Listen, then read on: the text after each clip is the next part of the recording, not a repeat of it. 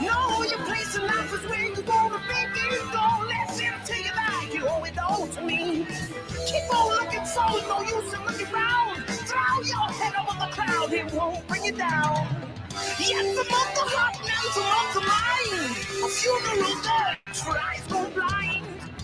We marvel after those who saw the wonders and the power, wonders and the power, wonders and the power they grow.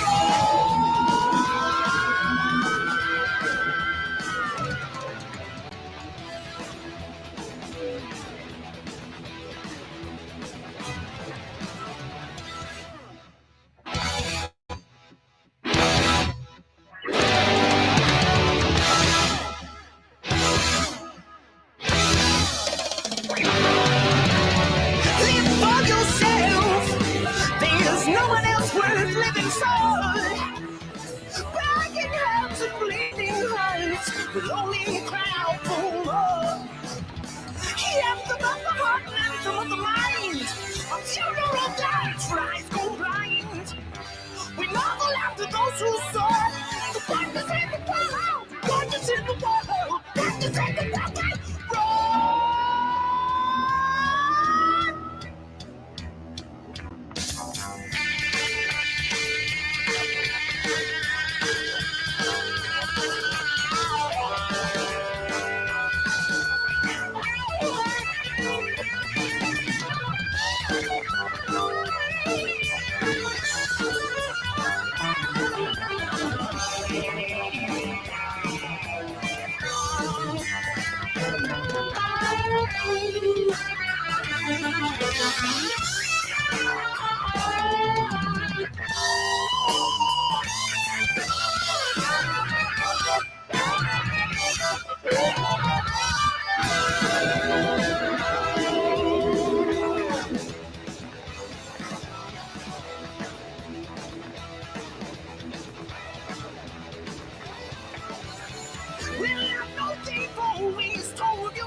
Selfishness was wrong.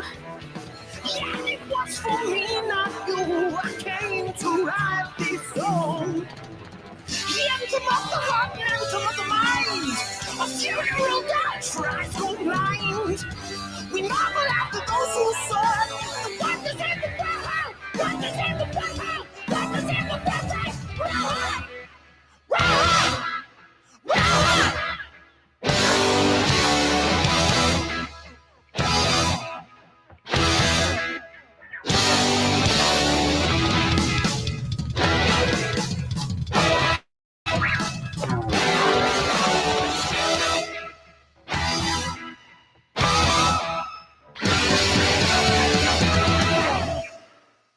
Thank you so much for watching. If you enjoyed what you saw, please subscribe to our Patreon at honorableswords.com. All that money. You.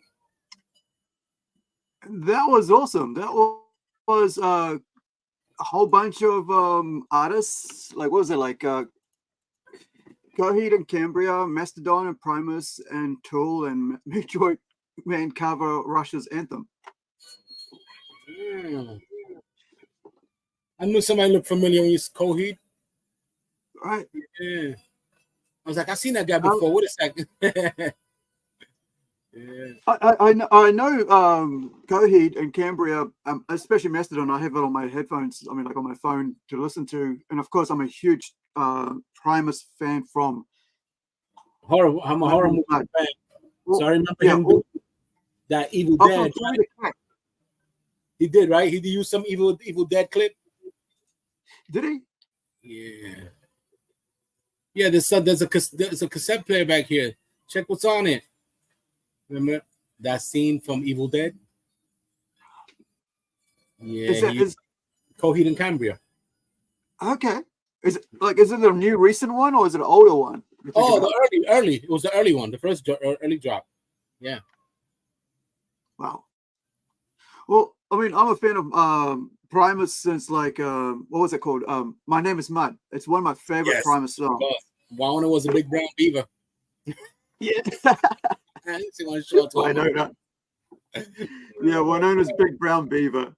And of course, Jerry was a race car driver. And yeah.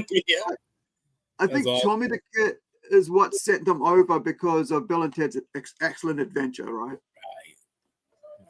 But that bass playing is just amazing. His bass playing is amazing. It's unmatched. Love it. The greatest bass player that ever lived and will live and shall be. You know what I mean? He's a slap bass the heck out of that thing.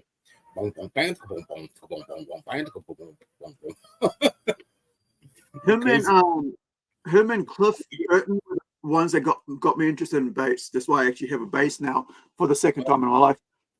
Yeah, me too, man. I fell in love with the bass. I had to get one and learn it. Well, I can play piano, so I just took that idea, and worked with it. It built up slowly, but I got the idea. It's a transition. Well, I try to I can't slap. Just the hands won't move. Yeah. And I can never get this one gets annoyed, and so I have to be very, very peaceful in the way I play. I think it's like percussion with a bass. Yeah. Because you're hitting it and you're plucking. It's kind of Let me just grab it. So when I talking like I'm way underwater. So I was just listening to Trapped Under Ice by Metallica, so just randomly like way underwater, right? So when you're freaking hitting it, like I can't I get all like my fingers just won't move because these two just don't have the like this. They don't have that. So these like dexterity 40 out of time, and so it's like it just doesn't work. And I'm like, this doesn't work, man. Right. So yeah. But leave the slapping for someone else. I'll stick with strumming and plucking. Yeah. So we've got Nathaniel in the chat. Nate, good morning. Good. Yeah, it's about midnight, right? So good morning. He said it's about 2 minutes to late midnight, so it is 1 o'clock in the morning for her now, or on the way. It's 11:08 over here. Okay, so time difference of 1 hour. So you're in LA? Me, Massachusetts. Where's Mass? It's Connecticut area, city area, New York, close to them areas. Oh, right. So the States. So you're probably what's that island that's there next to New York? Manhattan. Yeah. Yeah. I kind of know the land masses when you describe it. It's just connected by the train station and the tunnels. Right. Yeah, that's crazy, right? So if they wanted to get rid of Manhattan, they can. They tried. Yeah. Maybe that's what happened to the Roanoke people. They got rid of. Right. So, excuse me. So tonight's agenda is talking about coloring and stuff, and of course our Robot Nation. But that's on. I'm mumbling because I just was out and brain's just not working, getting back in. So excuse me for that. Apologies, guys. But here's the link for the Kickstarter that we've got running right now. The screen will go down. There we go. This is for Robot Nation, and it is both mine and Artex work here that we've got running. He's a colorist on this book, and it's a 44-page standalone full-color comic book, right? Nice. And so we've got some amazing things on offer. covers. This is a beautiful colored page here, and we're doing 3 different versions or translations languages. So if you speak English and you want something in English, you've got it. If you want something in Spanish, you're gonna have that, and of course Portuguese. So there's something, it takes a bit of time to do. Our Spanish guys and who are also doing artwork for us on different projects, they're actually translating now. They're taking 2 weeks away from the artwork to actually do the translation so that we can have it ready for you. But we wanted to show you this piece here. This is, of course, by our Brazilian artist, Luis Andrade, and he's the one who translated this into Portuguese. Oh, nice. So the artist did the translation? Yeah. That's amazing. Yes.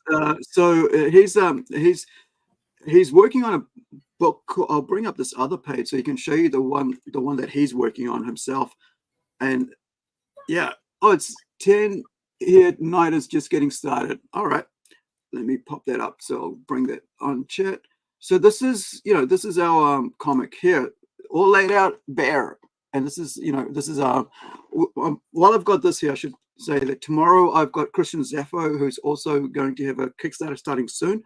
This is his pinup piece that he did, and I colored it and I made it part of our work on the comic book. Now it is part of that. So what do you think, man? How's my attempt at coloring? I know it's not that great because I'm not a colorist, but what do you think? Did I do okay on a black and white? Yeah, you have to understand. You're coloring someone else's work, so you can't really tell their direction on someone's work where they don't know where the shadows are or begin, or what causes a highlight and the direction of the picture. If you can't figure that out, that means his footnotes were off. You know what I mean? So when you lay your colors, you should know where the highlights of the colors would go, depending on where the shading drops, where the shadow drops are. But it's hard to do regular black ink and not know where your blacks really shine. Because if you have a fine line with a broad line, the fine line will give you the background. The darker line will give you the foreground. But when you color it, you have to understand that the darks go in the back and the lights go in the front. That's where the picture loses translation with the artist if he's, still learning his line weights. You know what I mean? Line weights is very important when it comes to inking a black and white picture. So if he were to do his shading or his cross hatching in the correct manner, where the black shadows drop where they belong, which shows the direction of where the highlights should go, the coloring shouldn't be an issue. Sure, but this whole thing wasn't supposed to be colored. It was just supposed to be a black and white piece that was going to be like just as a free pin up that he did. And so, but I in my head going, I'd love to color this and have a go at it, and then that's how it ended up this way. But so it's nothing on Christian, but because it was never meant to be colored, and so this is one of those pieces where you go, okay, this is just supposed to be like this. But then I was like, I'd love to have a go at this, Yeah, there's a direction. It shows where and why the darks are heavy. As he's trying to give you the impression that that's robotic metal type of legs. And I'm not a colorist, so I have no idea what I'm looking for. I'm just like going, this work. No little kid is a colorist until you give him crayons. Yeah. A coloring book gives you broad lines, no shading, no cross direction. So you got to figure it out where you want this to shine more. So it's all about the imagination, and that's 2 different point of views. His point of view in his black inks, and your point of view on the way you drop your colors on. You know what I'm saying? So it works if it's done right. If you both did your homework, you know where the highlights go and you know where the darks go. So this thing here, right? So you see why it's pink and blue. So I'm gonna NDA myself, not really, but the reason it's black and blue is because who's that chick that was in Grease? The lead actress? I don't remember her name, but Olivia Newton-John, right? So Olivia Newton-John had a exercising video back in the 80s, and so that's what why it's pink and blue. That's from her uniform. Right, pink and blue always complement each other. Anyway, those colors are always on an artist palette. for So I comics. wanted to have a mess around with that. That's the kind of like a tribute throwback to Olivia Newton-John. That's great. I like the 80s overtones and stuff like that. It's always awesome. So this is I was going to show you what Andrade is working on. So this is Andrade's work here. He's working on this book, Howler, and this is like the work in progress cover I wanted to put up to show people for for his work. So LMA, Luis Andrade. So this is a horror comic book, and both myself and of course Edwin are horror fans, and and so this is kind of a mashup between The Howling, like the werewolf series, which I freaking love. I watched every single one. Read the the book that's based on. It's dramatic. Like if I had a spirit animal, werewolves will be it, man. Edwin, what do you think? A spirit animal, you said, or if you had, I would have a werewolf as a spirit animal, like full on werewolf. Maybe you mean a wolf, because the were part, that's only when you're capable of having lycanthropy and turning into. Yeah, I want to be like that's what I would be. Oh, yeah. You're right. I would, spirit animal, that side of it. Yeah, I would be a wolf. You would say what is it called? A saber wolf? No, what is it called? One of those wild wolves in the wild. Yeah, timber wolves. Is it timber wolves? Yeah, something like that. It's not a coyote, because coyotes is crazy too. Yeah. So this is bear. The bear is kind of like lethal. Imagine that's like that's considered almost a werewolf, because a bear has a humanistic body underneath all that hair, and then it has that Wolverine body structure with muscles. They're so lucky, right? Born with muscles like a freaking ape. Yeah. You're running all over the place. You're running around, falling off trees, falling off cliffs, running everywhere, and your parents are throwing you everywhere. But the life of an animal, right? That's crazy. So the story behind Howler is it's like a 200-year-old communal thing where they hunt down and mystical creatures, human mythical creatures from our own real world tribal legends. So you get to see all these, and I'm not sure if anybody's ever written it that way or if there's a story about that, but I actually did a lot of research and I wanted to really tie it back into the natural human world of these mystical creatures. But as our werewolves, because if werewolves are supposed to be part of our mystical human world, right? Our mythical human world. So that's the thing about that. So it's about a mum and a son who are basically kind of on the run and have set up a shop, a restaurant, pizza restaurant here in New Zealand, down where I was last weekend, which is Auckland.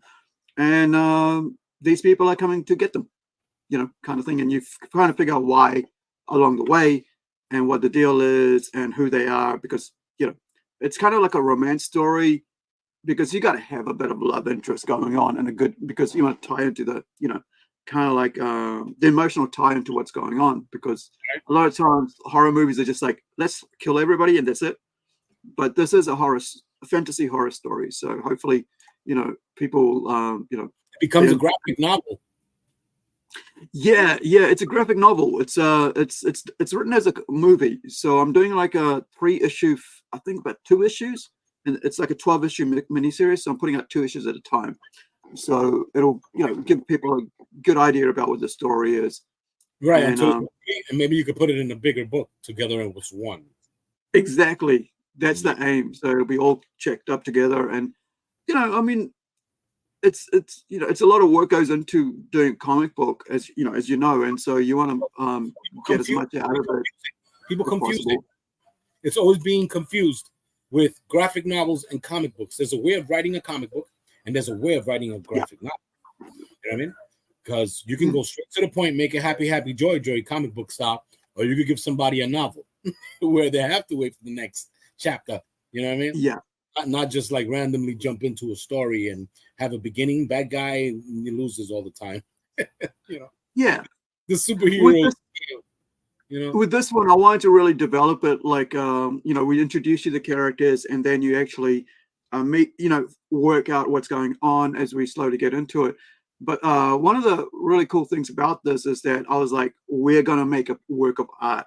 Each comic that we're doing is a work of art. I look at it as a work of art that you can like appreciate, not just throw away. I don't like the mentality that comics have over time has gotten like, oh, you read and you throw away. No, it's a work of art. There's like people have spent years. Some people have spent decades working on a book. Replay value. Yeah, That's if it doesn't have that replay value, you don't really care for it. I have a few comics where I wouldn't mind going back to and still enjoy it. You know what I mean? Yeah.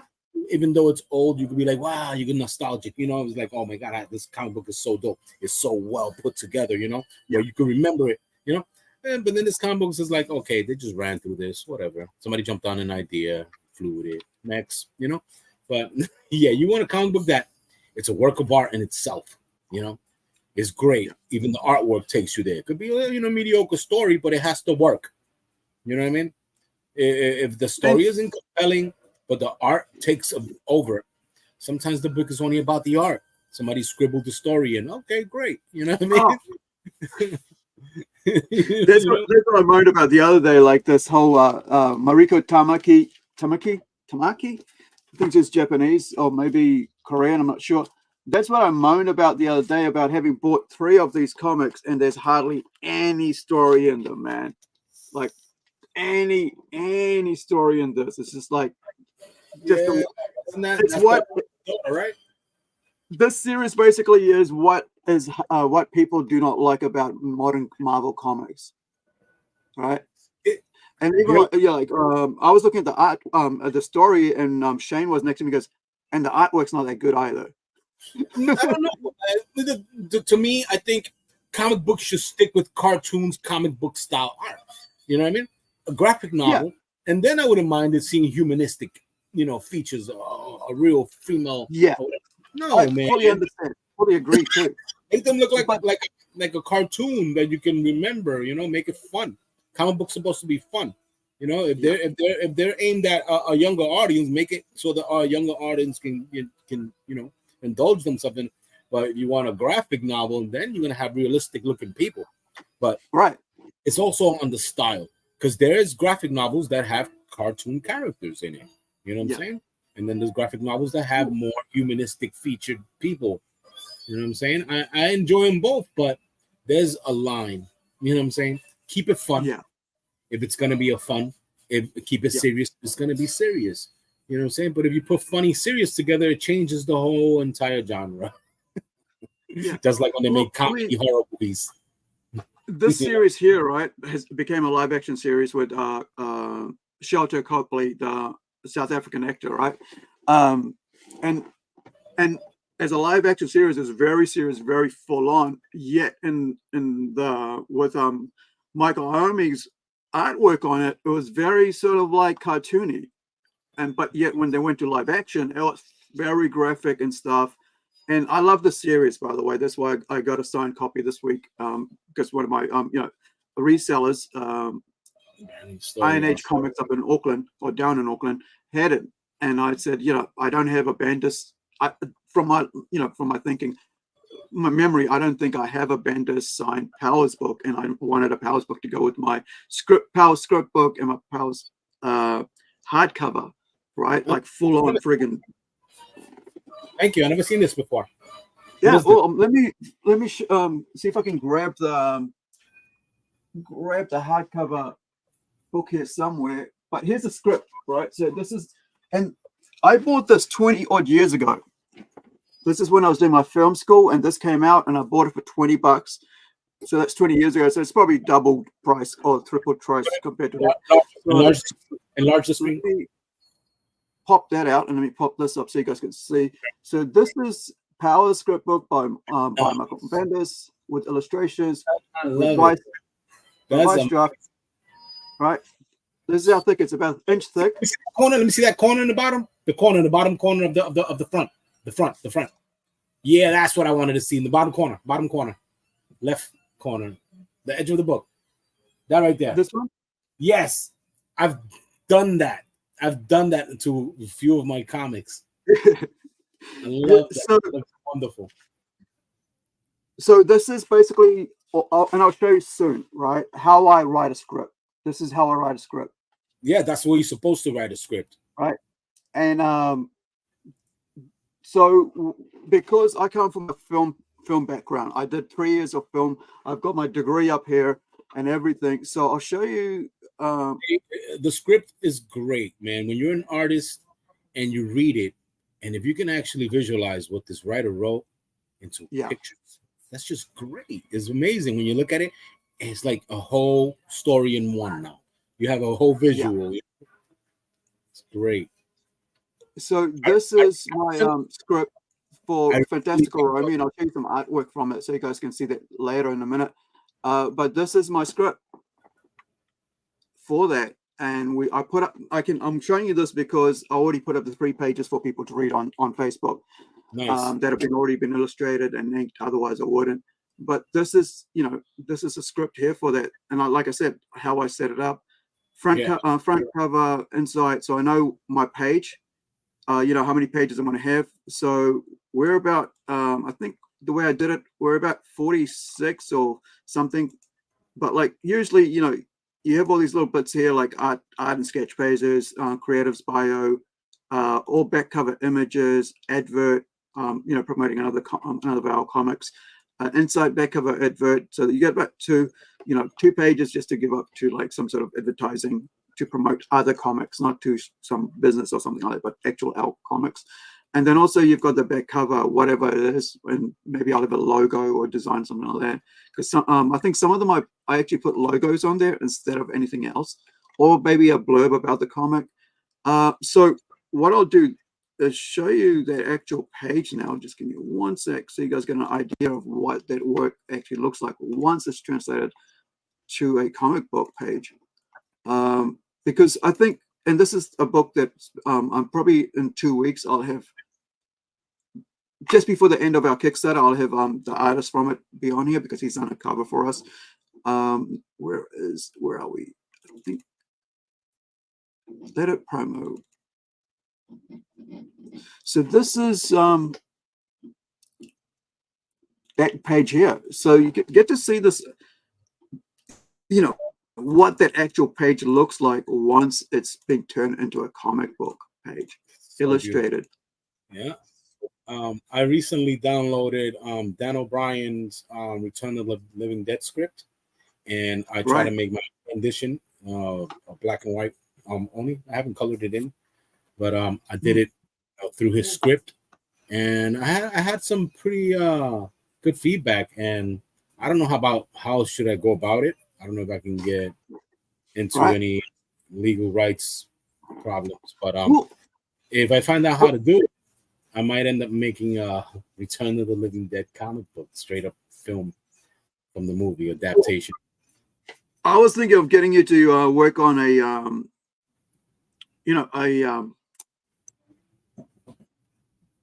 I don't know, maybe get you to either do a little Robot Nation in maybe in Puerto Rico based or in Manhattan, New York based, Cincinnati, Massachusetts, kind of, and I'll give you an outline of it, and you can do like a 12-page for the next issue to go out, right? If that's something that's interesting to that you might be interested in. Most definitely, yeah. I see you know your craft, so your script has got to be on point. You know what I mean? And it'll tell me what you're looking for, and I'll visualize it to the best of my knowledge. But definitely, yeah. Yeah, I mean, you write the script yourself. What I would do is I'll give you the outline as to what is the main sort of, like you're saying, like Return of the Living Dead, right? There is a theme and a concept around Return of the Living Dead, and around that you'd have like this outline that you'd have to work with. And so with that, I had this. I've started doing an outline for other comic creators, because the idea behind Robot Nation is to give other people opportunities to write their own little 6 to 12 page story wherever they are, and say, this is what's happening here in my time right now, according to this outline that you have. Yes, so there's an anthology where you see different takes, the different, how it all ties into one. Love it. That's great. You know what I'm saying? Like, well, how is this affecting someone in Zimbabwe? I don't know. Exactly. That's the whole point of Robot Nation. The backup stories just go, yeah, this is what's tying all this together. Everywhere. Like what happened in Fiji? What happened in Asia? What happened in Tokyo? Right. When this thing happened. Right. Like when this dropped, did it affect how many places it happened all at once, or it became that way because time doesn't exist? Yeah. Mm. Yeah. So I mean, it's kind of interesting because it allows, and the idea behind it is to allow other people to come in and be creative with that and that sort of play in that box, right? And this outline, and I think it's just sort of like I'm sure, like I mean, Hawk from talking about Hawk. So Hawk from Rising Sun Comics already said he wants to do work on it. Like he wants to do a story about robots for the anthology, which this book is. Even though, like, and I said, you write whatever you want to write, and get the artwork and all that sorted. And if it's a big, if it's a 20-page book, then I'll get a 12 issue. If it's a 40-page book, I'll get a 6-page comic book to back it up. So it's all really, it's good for everybody to work on with. Hey, Critical Blast. Hey, Jay. Is it JJ? I can't remember. No, I'm going to get that wrong, but please correct me. And of course, Critical Blast, he does a good job in what is it called? Sending out other people's comics to if you don't know how to do it yourself, as a Kickstarter, right? Person, and you just go, hey, here it is, ship it to them, and they ship it, send it to them whatever way it is, and they ship it all out to all the backers and stuff. So yeah, I actually did an interview with him late last year, so it's pretty good. And there's this whole talk about Ripperson. The guy has been doing it for a while, so he knows how to do stuff. So go check out his channel, and that's Critical Blast, and get in touch with RJ. It's RJ. Knew there was some J in there, but yeah. And this is our our comic there. I'll just flip over to there. That's on Kickstarter right now. And by the way, guys, it's a standalone comic coming out from the US. Right. So if you're stressed out about, oh, it's coming from New Zealand, I got to pay $30 US to send it out. No, it's coming from the US. And so your little, your freight is going to be very cheap because it's in the country. Apart from, for us, it'll be a bit dearer, but for you guys in the US, it'll be cheaper. And of course, also in I've got 3. Yay. It's getting there slowly. Thank you for the backers, man. Every dollar counts. This is basically it's 4.5 New Zealand, but it's only 2.5 US. So it's not a very huge goal. We've got 24 days to go. But while I'm here, I want to show you something that, because we're movie fans, right? So I want to show you something really cool, and you're gonna like I haven't seen it. I'm just gonna let you know, Edwin, I have not seen it. So let's watch this, and I want your comments on this. All right, you good? All right. No. Sarah and Yvonne are badly hurt and they need antibiotics. Can you do a pickup? She has the medicine Mom needs. It's too dangerous. I'm going, with or without you. We're doing this together, and we're coming back together. We have to cross the valley and the mountain on the far side. Take out that car. What is that? Pursue and catch them. They are mine. We made an agreement with the man who attacked us. He's the man who killed your father. This world that you're trying so hard to save has died. Jenny! People like you, you're dead already.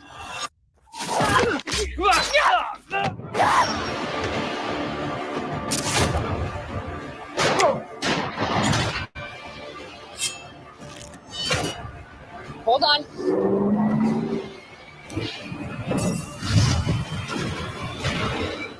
Look out!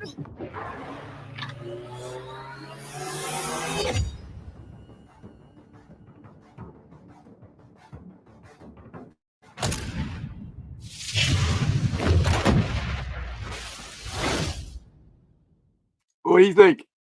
Where's her dog? Is she gonna feed it anything? Remember? So- With the dog food, and he fed it to. It was for him. He was eating dog food. Mad So Max. that was. Let me pop it up here. Like, so that was Fury Road. Sorry, Road Wars, Fury Road. And I think it's next Netflix Media. I don't know who that is, but it's starring Vernon Wells, who's very well known Aussie actor, and you know, What do you feel very about well this? known. Very. What do you you know, how do you feel about dropping on Netflix all the time? Are they afraid of Sorry? theaters? Are people afraid of theaters? Everything goes on this Netflix, and it's like it takes away from it being a blockbuster. You know what I mean? Yeah, but that's not a blockbuster movie. That's like more of a like a beat. It was. Road Warriors was. Kevin Costner, right? Oh no. Yeah, but this is Road Wars. So this is. I'll show you what. Let me Still find you got the that right. picture with dystopian cities, and she's the female version of it in today's. Yeah. You know. Yeah, Wait. and I knew what she was Indian, right? So Shandi Shah, I knew from the look of her face straight away. She's one of my people. but here, look. But she's from America, right? Right. And known for Riddler, Medusa's Tale. So now let me. So she's been in a few things. Of course, arranged marriage. You got to have the classic Indian arranged marriage stories. And by the way, I say that I have a story like that as well called Dirt, but Nice. it's actually about murder and death and you know all this stuff, grisly stuff. You in the Indian remember, culture. right? Fist of the North Star. Yeah, Remember I that? have it somewhere. I think I have it somewhere. Yeah, It's incredible. hopefully I do. That was way ahead of their time. That story was deep. You know what I mean? And it has this Road Warrior stuff because it involves them as well. You know what I mean? Everybody's fighting for food, oil, and all the necessities that they need to live. So they end up hoarding everything. And there's always got to be the hero. You know? Yeah, and while we're on this, right? And this is why I mentioned it because a friend of mine, of course, has put out these. Number 3 just came out. This is part Great. I gotta hold it the right way. I'm like really doing it wrong. So no. Yeah, it says Wasteland. So yeah, Chronicles of the Wasteland is his comic book series, 4 issues. Yeah. And so that's what he's released, and he released number 3 this weekend at at this past weekend at Armageddon, where we went to for the convention. Right. How was that? Which was, yeah, it was pretty cool. I mean, I went there just to meet the comic people and local friends and stuff. So this was it here. Nice. Get it right. And you know, and it's pretty big. I got lost. I'm not terrible at like locations. I spent half an hour and a half over 2 times. So first hour was like lost. I want to And I get got lost at a convention.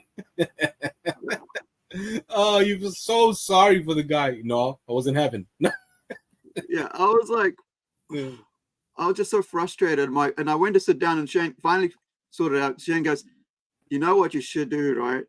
You should have went. What's the closest thing to where we are?"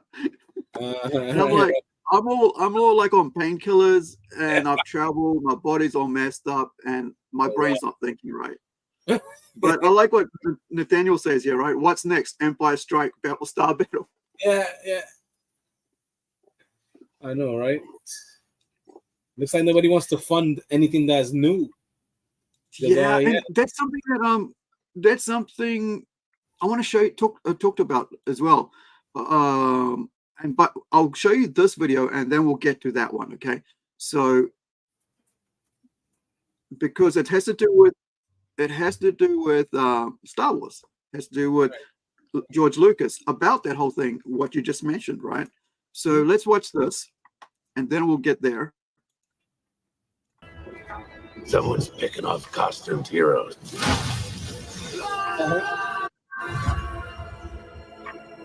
Maybe this was a political killing. Oh no. Rorschach. Who knows why?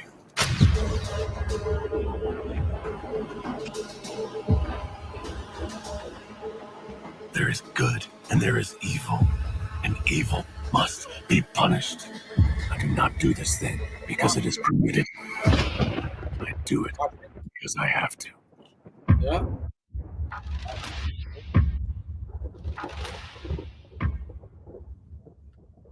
That's good. I like it. You know what I'm saying? It's cartoon and it's something. That's the way people figured it was gonna be anyway. I think it's better that way. Yeah, so this is my absolute hardcover of Watchmen. I have like the art covers that was released in France. And look at that. Ridiculous. Oversized. Beautiful, oversized. This is what comic books should be like. Lots of story, lots of good art, but not anymore, right? And with me, that's what I aim for, is to go back to the good story, lots of story, lots of good artwork on top, right? Because it's got to be a balance, because I believe in like making whatever you buy, it's got to be worthwhile your money, right? So I one of the things somebody said about this, having Watchmen being made into an animated series, animated movie, this whole book being made into I guess about a 3-hour or 4-hour event, and I reckon they should put that in the movies, like you were just saying, not on Netflix or on HBO Max and all that. Just put it in the movie, man, so we can enjoy it in the movie. Remember they tried that with what was Final Fantasy? That was amazing. What happened with that? Yeah. It was like 91, 92, something like that. Yeah, man, those was worth. You actually go to the theater to watch that, Yeah. Yeah. I mean, when Attack on Titan came out here, we watched it on the movies, live action, and there wasn't even in English. Right? Watch it in subtitles. Yeah. Final Fantasy, right? Final Fantasy Abject Children or something like that. Advent Children. Advent Children, right? Or was it the Spirits Within? Oh no, yeah, Spirits Within was 2001, and Advent Children was 2005. Yeah, it was. So, depends when we got it, because Japan was hoarding it. Yeah. All right. So this 2001. So this 23 years ago. The Spirits Within.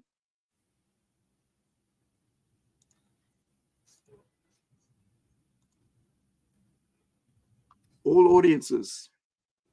The dream is always the same. Amazing. Remember that? That's classic.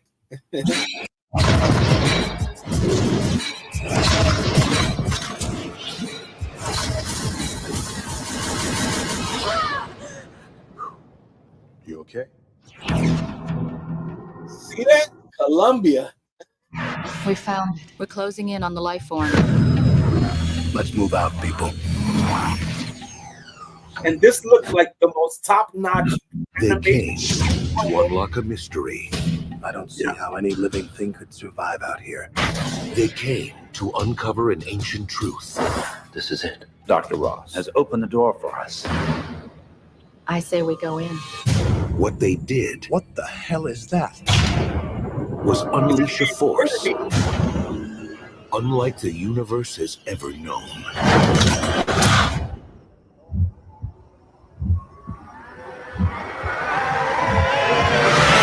What the hell is going on? Something's not right. It shouldn't be happening. We're surrounded. They're right behind us. Captain, come on. We've lost contact.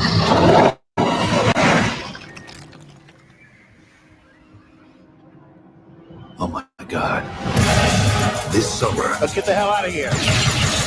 Nothing you've seen, nothing you've experienced can prepare you. Look out! For where the next evolution in reality will take you. All right, everybody, here they come. Fire in the hole!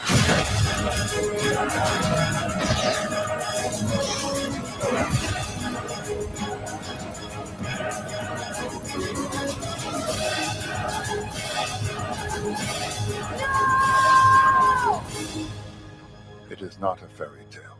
It is true. Listen, what?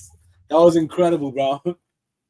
Yeah, Yeah, saw I mean, all over again in my head. That I trailer watched was incredible. I watched Ghost in the Shell the other day, right? Oh my And lord! man, it was like watching it, like you said, watching it all over again. It was so friggin' awesome. And I've been putting out like little vignettes, you know, like 1 minute videos from it on my channel. So I mean on this channel, right? So here it is. Here, like this is from two. This was better than every action movie that was being played that year.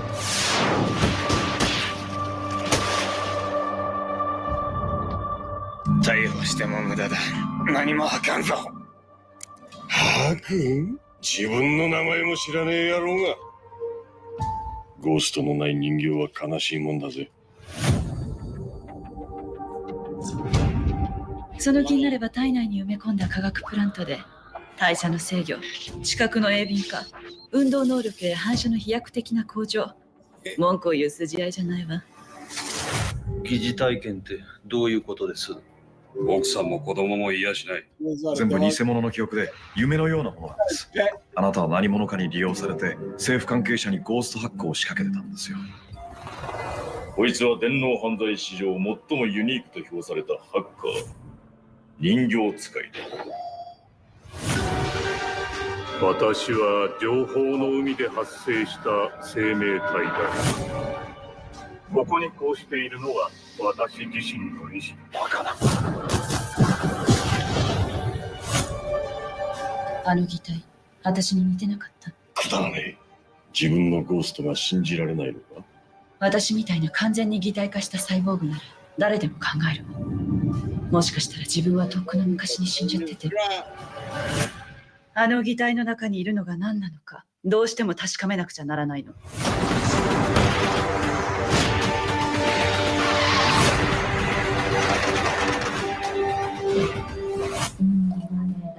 鏡を手見るごとく見るところ。 So that there, right, is from Skinner Darkly, from Philip K. Dick.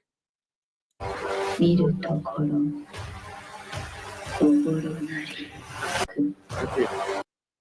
There we go. So for now, we see through glass darkly. You know. 鏡を手見るごとく見るところ心なり。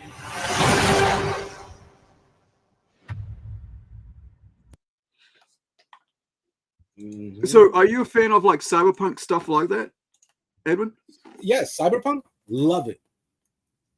That's awesome. The game was all right, but this Ghost in the Shell had a game as well, but it was too short. Right. Okay. Too short. It was a little messy for its time. Maybe if they do it now, that'll be amazing. But it was too short. I don't think they could actually portray what they wanted, you know. So they made it into a quick little action, shoot 'em up, you know. Yeah, could have been like 1,000 times better because that cartoon was better than any action movie that was being played at that time period. You know what I'm saying? Yeah. That was so much better than what they were given in the theaters live action. It was embarrassing. You know what I'm saying? The art, it looked so live action and the style was soft, you know, with the dystopian city, with the robots and the puppet master and all that. There is another part that I seen, which is not the part 2. This is another one. And I lost it. I had watched it around that time period too. And it was from a friend who got it for me. And I lost it. But it was it was like a part 2 or 3 to it. I don't know what it is, but it's somewhere. I have a reading order here somewhere that I got from Reddit. Yeah, where to start. So this is it here, right? Reddit. So that's the original. The one I've just put up there was the original cover to the manga. Yeah. So you know, this is the reading order to that. So as far as I understand, I've watched every single one of these. So you're talking about, are you thinking about Innocence? Is it the one you're thinking about? 2004? Could be. Is it that they finally meet the puppet master in his realm, and he explains to them that they're gods of some sort? I think it might be this one here, the Laughing Man from the standalone complex, because I've seen every single one of these, and I probably want to watch it again. This one wasn't after a reading giant matrix when he finally makes it inside the master's domain. Yeah, I think that could be the Laughing Man. Yeah. Yes. Standalone complex. I didn't really care for part 2. Part 2 was too short for me. It looked beautiful, but I think it ended too quickly. You know how they just read to the end immediately. I didn't like that. But there was another one that I watched and I can't find again. But I see that you got it on here on Reddit. Yeah. So I'll put this up here. So for people, if you look at this later and you want to know how to read it or how to watch it, you guys will be able to where to start in Ghost of the Shell, right? So that way you have something to go off, because even I've watched every single one, but I don't know the continuity, and so maybe some of you guys don't know either, but hopefully it just helps, man. So it's in the chat, and especially if you're a fan of Ghost in the Shell like I am. Like, it's one of my, I would say it's my favorite that style of world thing, and it's something like I mentioned, like it's something that I is part of what we part of the Robot Nation thing. Right, it's kind of asking the questions about what if, speculative fiction, like what happens if robots suddenly turn on us? What if we use how they help us, right? Well, what if they take over all our jobs every day, and what do we do as humans? And I think each issue we put out is going to be looking at different stories and different human connections to that. So like we've got Edwin here. So Edwin is our colorist on this series. On this issue, I'm not sure if he'll be back for the next one, so I'm hoping he will, because I do love Edwin's work on this. And check out that coloring, man. And we were talking about this the other day with Greg, right? Who actually suggested Greg Harms. If you missed that, check that out. That's just the previous live stream we did, and we talked about just the because Greg was the one who suggested Edwin. When I asked him, said, "Hey, do you know a colorist for us?" And he said, try Edwin, and we settled, and on working together on this. So yeah, I do love this, man. One thing I was going to ask, because is are you working on something right now that you want to share, or you taking a break? Kind of, but not quite. It's because the funding isn't there, and I'm a tattoo artist, and that's how I do make my money. Yeah. And I sparingly work on my projects. So, sometimes you end up losing the time of, how you want to progress.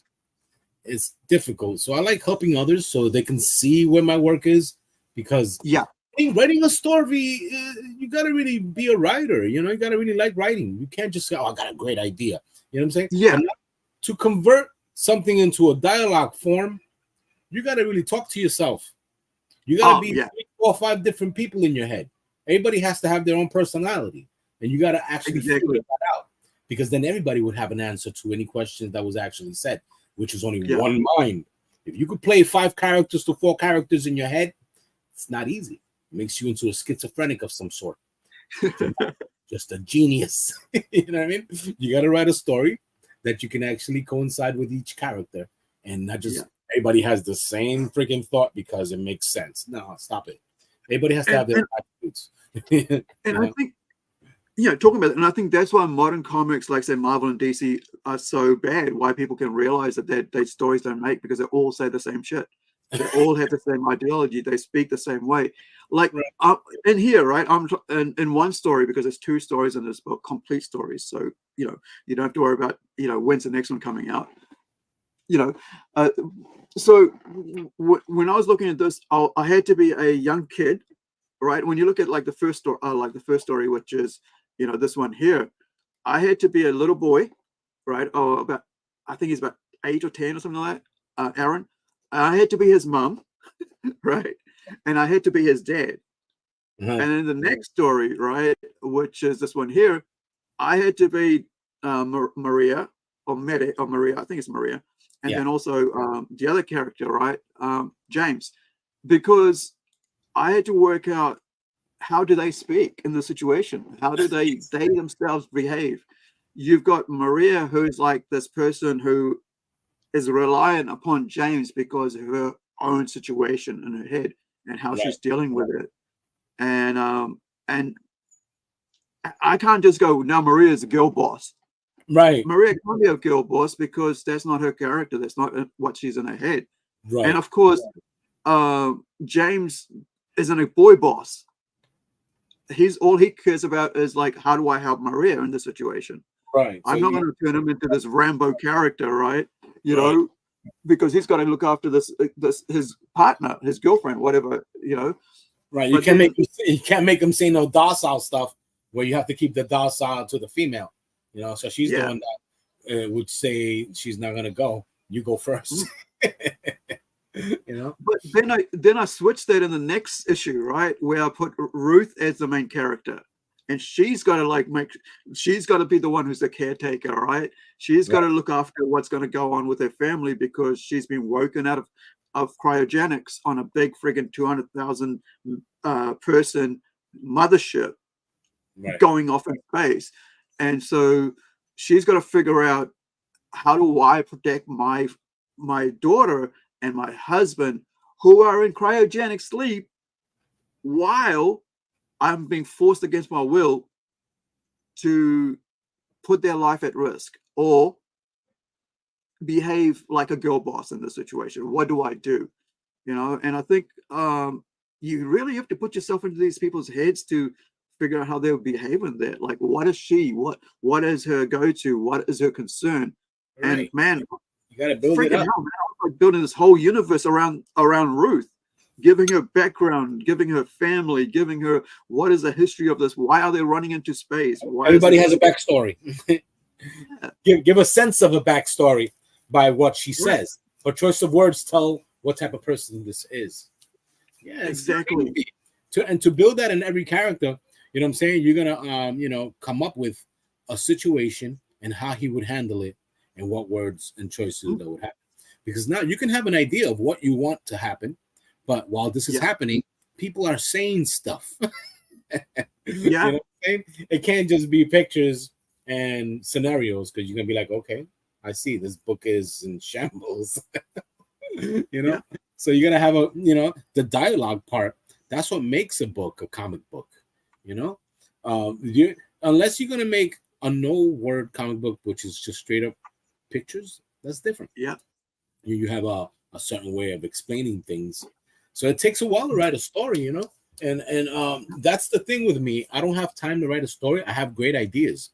You know what I mean? Yeah. And to come up with the dialogue, I don't want it to be corny. You know? Yeah. But if it's comic form, it has to be funny, corny. You know what I mean? And that's the way you gotta see it. You know, it depends on how and where and what style of story you're telling. You know, if it's a comedy, it's a comedy. If it's a mixture of the two, it's exactly what that is. Yeah, I like the schematic plans and the robots and stuff like that. The robot, yeah, that's awesome stuff. I love it. It's so Francesco on here, like, he's the artist on Robot Nation 1. So this is for Robot Nation 2. I sent him the script. And I said, and he came up with the character designs, and I did not tell Francesco how to design it, because I saw his work on the first one. I was like, yeah, whatever you want to go with it. This is a script. And so he designed, this was his first prelim designs of that, and he comes in later. And I think this might be the final, but I'll work out which is which soon. But like, he's looking at designing the dog and stuff, and and this is Ruth, and looking at how Ruth was going to look like. And here's the thing, I didn't tell him how to design his character. It's out of his own head, and I think it takes the fun out. Yeah, it takes the fun out. You know what I'm saying? Like, if you did your part, let the artist do his part. If you liked his style, that means you're gonna expect that style. He knows what you're talking about from what you're writing. If he can't follow that, then you don't need him. So what I do is, because I don't know to describe characters and stuff, I just go, this is what I want that kid to look like, right? and then I want this is what that one of the other characters look like, right? That's the body shape of that, and then so on. Another one would look like that, and similar, but not like exactly like that. Just take these ideas and interpret them into those characters, right? And so maybe one of the girls will look like that, but this is what I'm thinking. It doesn't have to be exact. I like it. You have a schematic plan of what you're trying to show and how these people would look if they said whatever it is that you wrote. It has to match them. So and then you've got the like looking at the dead character. What I want the dead character kind of to look like, stoic, a bit more, you have a vision. elegant. And all what I'm saying, if how you call that, a lot of people who have the same background and what we've seen during our times growing up, we know what it is that we can relate to. You know what I mean? We have that same time period. So when you say a certain thing, I see it like, oh, I see what you're referring to. And if you can't relate to it, it gets lost. So you can't really have a connection with the artist. That's why I don't like to stick to certain parameters like comic book layouts. Right? It's like panel after panel after panel after panel. There's certain ways of doing that where you ain't gotta fill a whole entire page with boxes. You know what I mean? You can give a compelling picture and have a few words, and people will see like, oh, okay, I see why he said that. And it makes you look at the book more. Like, okay, I see, and that's where you start. It's a page turner. If you're gonna be like every blog has something to say, every blog has something to say. Oh my God, I'm lost. What's going on? I gotta go back to this. It's not fun. You want to make a book fun, is what I'm saying. You want to enjoy a book, not be like, oh God, I'll read this when I go to the bathroom later. It's a toilet turner. But yeah, man, making comic books fun is not easy. And the more you stretch it out, the better, because then you have more issues to put out. Like a comic book being what, 27 pages the most. Well, I think it's around about 20 or 22 now. People are like mainstream comics are like excited when they put a 22-page comic out. Right. I'm excited when I put friggin' 28-page comic book out, right?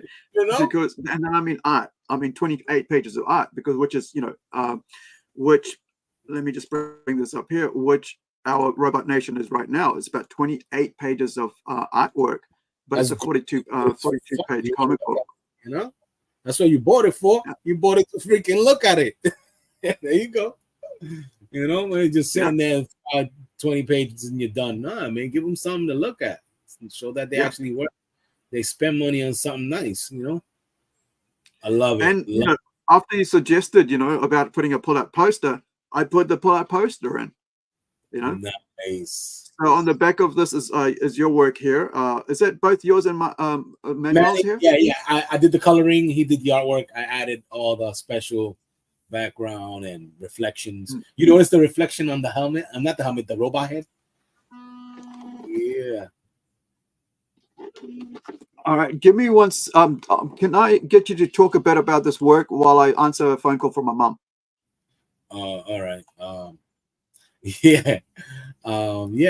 wanted a standoff between robots and humans, and from what's this movie again? Odyssey, Space Odyssey, and they were like, they had a club. It was like, once you had that club, you was unstoppable, So he wanted to use it that way. Well, the robots are not here to kill you; they're here to help you. But it's what we feed them, You make them evil, they're gonna be evil. So I did the human standoff with the robots, and he just took a big one down. And they all look at him like, whoa, he's got the power. Yeah, this guy is still on the phone. I don't know what else to say, but hey.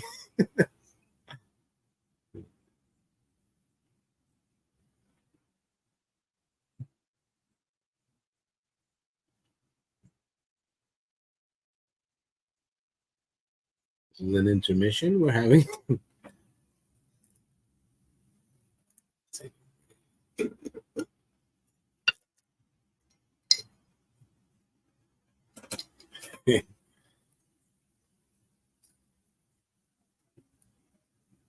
Oh, that's my page right there. Yeah. Check out my works and videos. I have time-lapse videos of my work.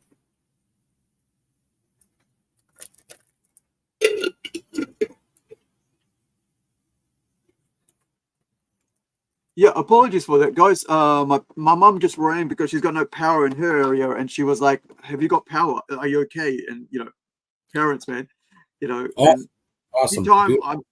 anytime parents ring, I'm on the phone. Anytime family, because nothing else matters now. Stop everything. So we're talking about like I was listening in as well, but like you're talking about like your videos. I do, one of the things I do love is here's one of the pages from Robot Nation. Now, do you have a video on what's the most recent video you made of your work? Because I know I've got one, but do you have any up on your page since we're here? TikTok, but I do have a new one. I just haven't loaded it up yet. Okay, let me pop off out of here, and I can go into my one. The Return of the Living Dead. Been doing the latest Return of the Living Dead comic book page that I made a video of. So you got a question there, Artex from Nathaniel, a good friend from coloring comics.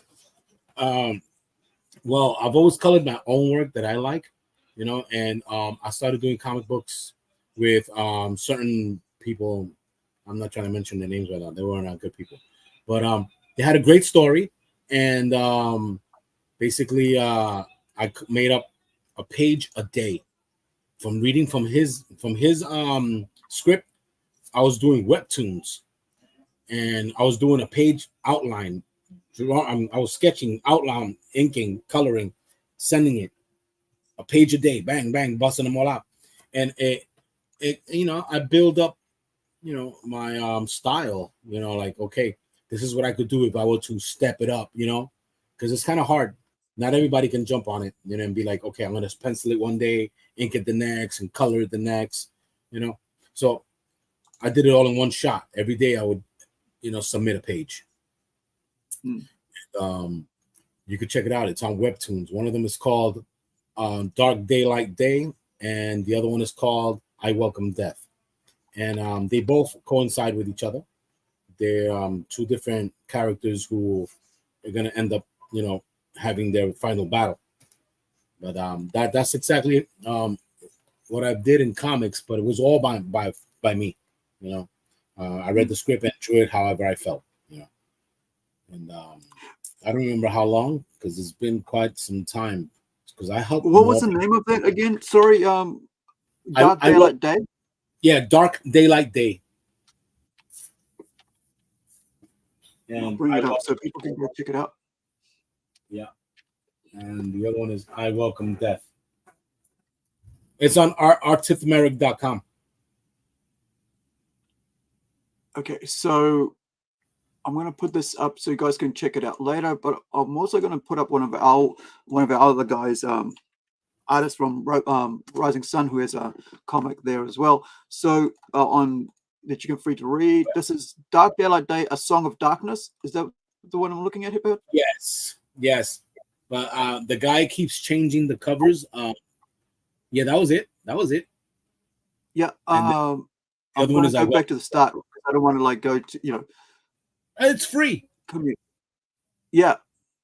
So why am I not getting the page 1 first? It's like page 100. So tell me the process for this for you, like, as a, working on this sort of thing. Like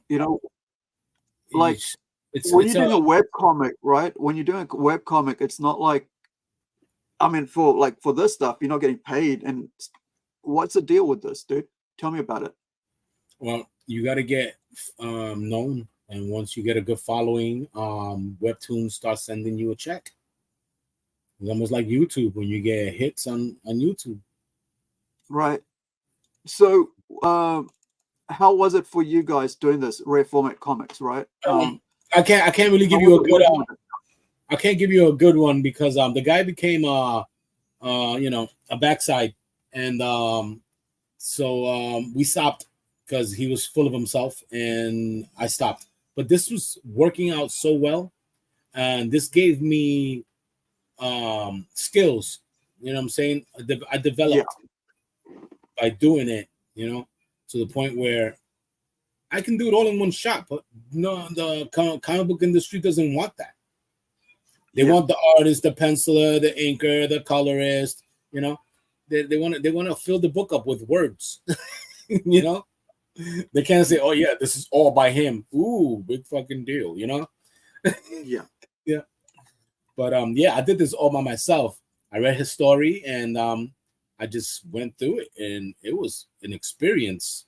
You got to go at it, you know. Yeah. Go at it from what the knowledge that you've gathered through your time reading comic books. But I try to keep away from doing a lot of panels. Yeah. Because it's a horror story, you know. Yeah, and it's pretty a lot. So you're putting up a page a day, or Yes. what was the deal? Yes, a page a day was amazing.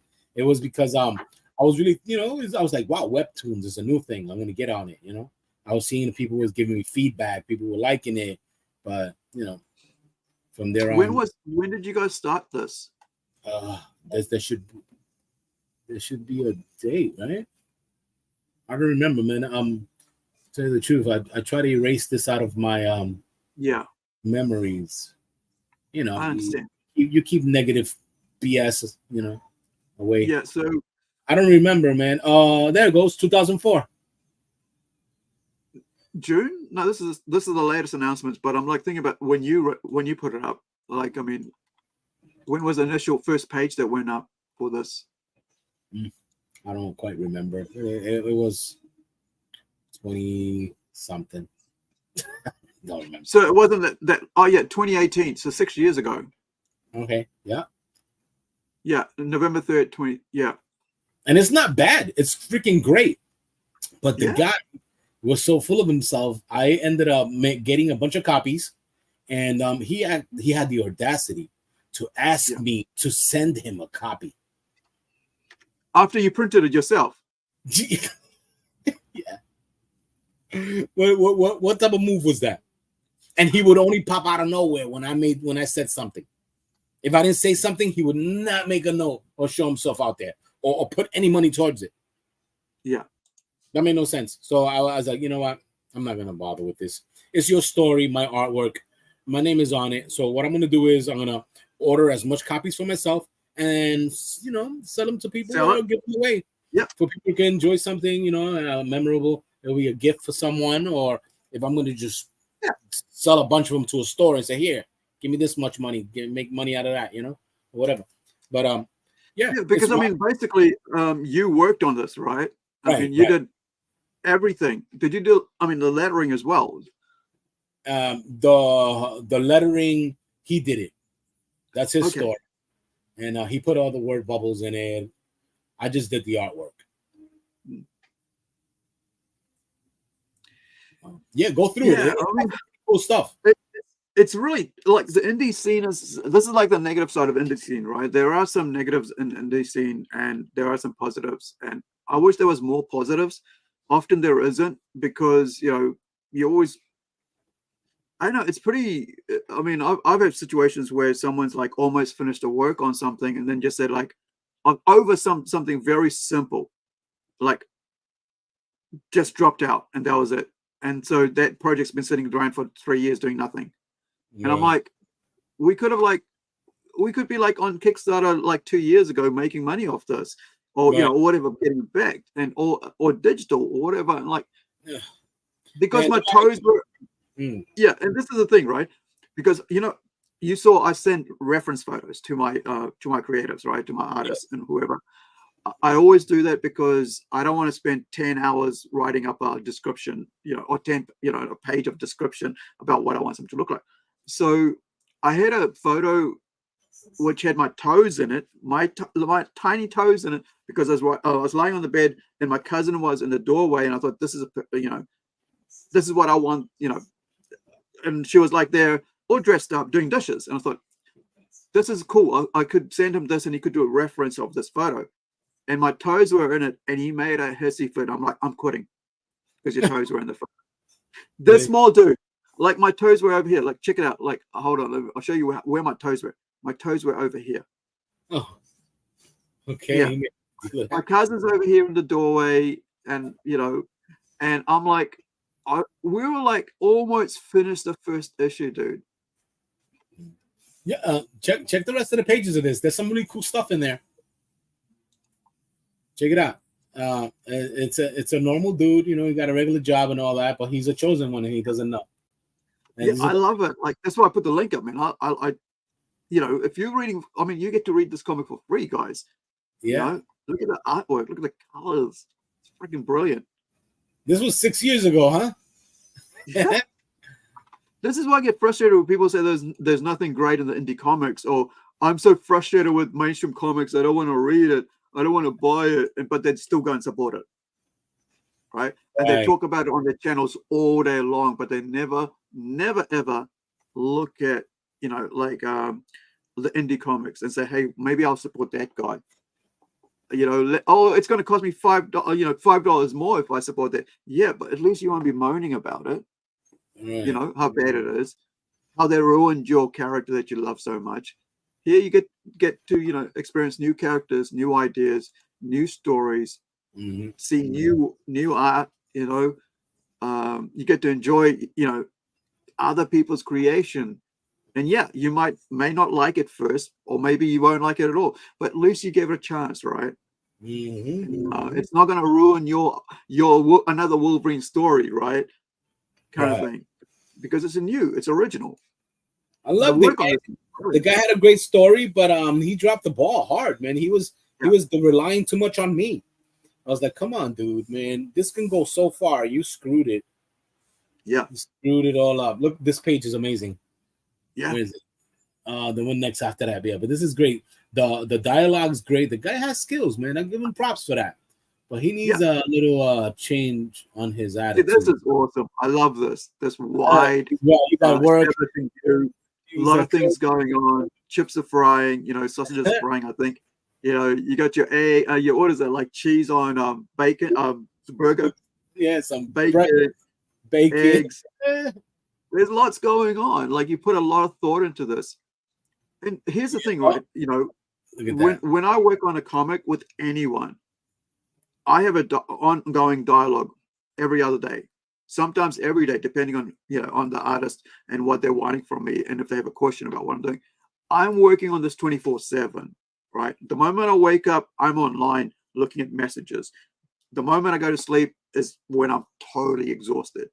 Like the other day, I was watching what was it? Oh, this morning I was waiting for our friend where is he? Nathaniel, right? I was waiting for Nathaniel to come on, and here we go. I was waiting for Nathaniel to put on his live stream vinyl play that he does every morning, or just about every morning, right? And I missed out because I was like, it's 4:30. I'm waiting, but like,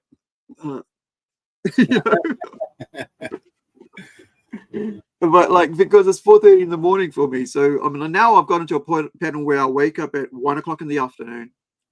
I go do my stuff, and then I come and do this, or I just start working. And the thing is, like you said, drop the ball. I don't want to be the person who drops the ball on my work, because I really appreciate our artists. I really do, and they know I do, because I tell them. Man, you're a good dude, man. It looks like you want this to work, and you're just not trying to be like, oh yeah, let this guy do all the working, No, that's what that dude wanted to do, and I'm like, man, you know what it is? They end up, losing the love, because they either get married, have kids, and then the parent, they look at them like they're doing kids shit, and it's not. This is something that you can actually have a product, and in the future it might blow up. You don't know. Somebody might buy it and say, yo, I would like to make a movie of this. You never know. And it depends on where you fish it, where you push it. Exactly. Anything away from where you live usually makes better, because they don't know you. Where it's like, business and friends don't usually work well. That's it. Yeah, and I've had that situation with myself. It's like, you just gotta let people do their thing, but like, you got like when it comes to creating something, you got to be a professional at it. I mean, like I said to my friend, like in 2019, I said, listen, I got to do this convention, and for the next 3 years, make sure I don't get distracted. Right? I'm going to build us a convention, and we did do it, and did it for 5 years, right? And then last year I went, now I'm going to take a sabbatical. Now I'm going to work on the comics, and I'm going to do is, put all my effort into this because I felt like, carry on. Right. No, it's focus. You lose focus and it ends up going into the back burner, and that's where it messes up. But look at this. I was doing a page a day. This was a page a day. Yo, scroll up and down on that. This was a page a day. You could tell that it has a bunch of flaws, obviously, but I was busting out. Yeah. Yo, I was putting in work for a page a day. Yeah. Nobody does this. He took advantage. And that's the thing, right? And you don't want to be in a situation where you get taken advantage of. But I mean, like, and that's the thing about Kickstarter, right? You're working together for the long haul. You're working together to get to a goal. Like you're not, you're part of a team and you're working towards that goal because the end result is this. You put it on Kickstarter, you get some funding, and then you go print some, and then you take it wherever. Right. And talking about wherever, tomorrow, let me just pop over to segue into this. So tomorrow, today's Thursday for us, so not tomorrow. Friday, Saturday, Sunday is Joe Fest, right? I can't remember where Joe Fest is, so let me find Joe Festival, whatever it's called, in the US. So I'm going to have to flip out. Give me 1 second. I'm just going to flip out to another profile and I'll be able to find it. So the reason I mentioned this is because Rising Sun Comics, our publisher, small press publisher, is going to be at Joe Fest tomorrow, this weekend, Friday, Saturday, Sunday in the US. So today it's Thursday for us. So Joe, here it is. So segue to that. And so I'll find out where it is, right? And I'll let you guys know once we put over this page. So Joe Fest is over a real American toy convention, 2024. So here we go. Let me see what they say. So there's 800 people already going to it. So 21st of June, 8 p.m. till 23rd of June at 3 p.m. So it is being held at the Augusta Marriott Convention Center in Georgia. That's Georgia, right? Augusta, Georgia? Yes. GA? Yeah. So if you guys, if you're a fan of, G.I. Joe or comics, because, and this is that whole G.I. Joe comics thing, but also we're getting some promotion. Robot Nation is going to be promoted there as well because Hawk Sanders, Hawk, he's our he's our connection with with Rising Sun Comics in the US, and that's where all our comics get sent out from the US. So if you're in the US and thinking, oh gosh, I got to pay so much freight for this if I back this comic from New Zealand, no, it's going to be sent. Was like $10, $15, whatever it is, like locally in-house, within the country kind of thing. So it'll be quite cheap for you guys. It's only us overseas who'll be paying a bit more extra with freight costs the way they are. But this is who's coming. You got panels, you have guests, declassified, and you've got, and the other thing is with Rising Sun Comics, they have a huge connection with G.I. Joe. And let me just pull that up because they do a lot of fan comics, and a lot of people who are getting into comics cut their teeth on G.I. Joe in Rising Sun Comics. So I'm going to one of the guys who's actually working at Image Comics as an illustrator, as an artist, is from here, from let me bring that up, from Rising Sun Comics. And that's how, by learning all the characters, and this is why small press printers, publishers are very important, because that's where you learn to cut your teeth. You get to figure out, you know, what works, you know, how to make comics, basically, to be honest. So there's a lot of stuff here. I mean, I'm hoping that my comic is going to be at G.I. Joe as well with Incredico. Are we getting there? Oh, let's go to the shop. So I'll show you these things here. So, you know, so like stuff like this, right? You got Commandos, kind of, you know, G.I. Joe fan comics from the Millerverse. You've got those. You've got like CTE, Cobra, the anime comics as well. Like, you know, Mask. Fan comics that people have been working on and learning the characters. So, you know, Robocop, so much more. And this is all because, you know, it allows, you know, people to learn the characters before somebody gets hired somewhere else. So, like I said, a artist who is working on these fan comics, right? Like Cobra, the enemy and stuff like this, now gets to go get hired by Image Comics to work on Duke, to work on their G.I. Joe comics at Image Comics, right? I like that. It has that Transformers feel, like the Decepticons. Imagine if they had their own comic, you know, or do they? Yeah. Well, I mean, where else are you going to learn how to draw characters and be able to even, you know, get paid for that work as well? But then by working at a small press publisher who does fan comics. You're right. And now years of training on that has now got you a job at friggin' Image Comics. Right.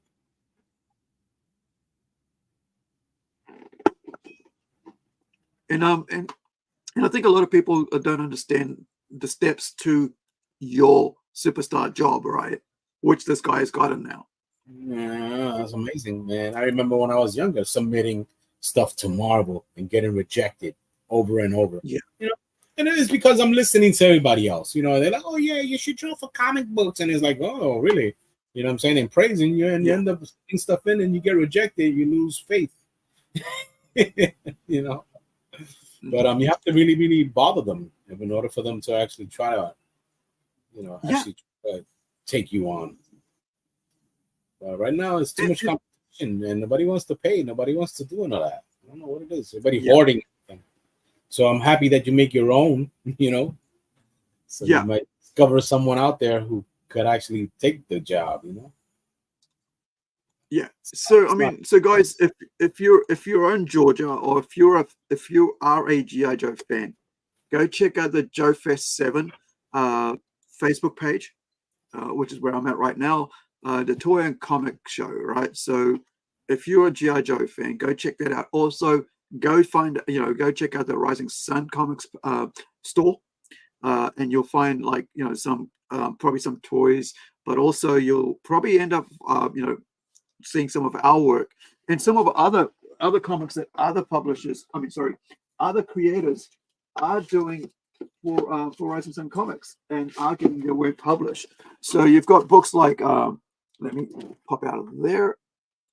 So do a quick like segue to that.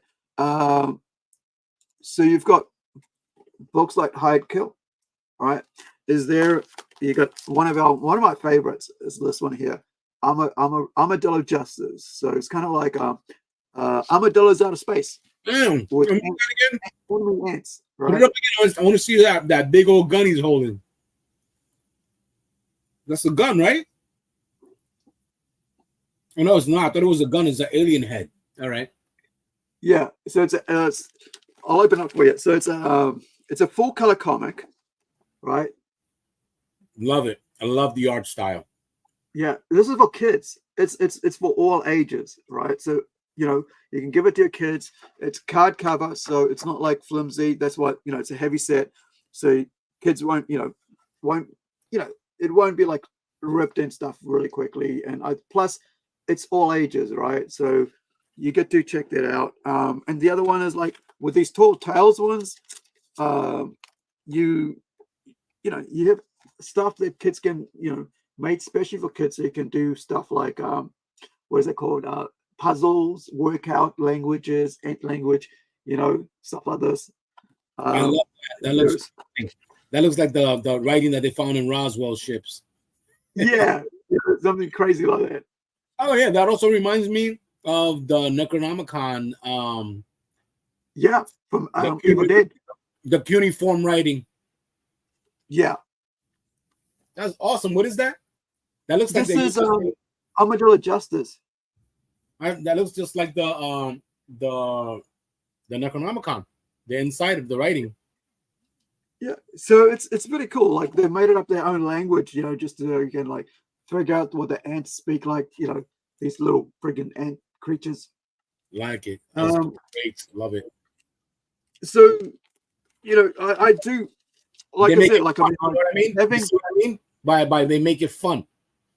That's it. Yeah, you got to have fun comics as well for the kids. Like kids got to have like something really fun to work out. But there is ones like this one here. The Henry, I love this one as well. A black and white comic. The cantankerous, hamster. I think it's issue one's all sold out. So I'm lucky. I've actually still got issue 1 of this. And one of the other ones I've been trying to get to read is this Isolation Love it. Collapse series. It's a trade paperback, but this is the inside of Cantankerous Hamster. So that's that one there.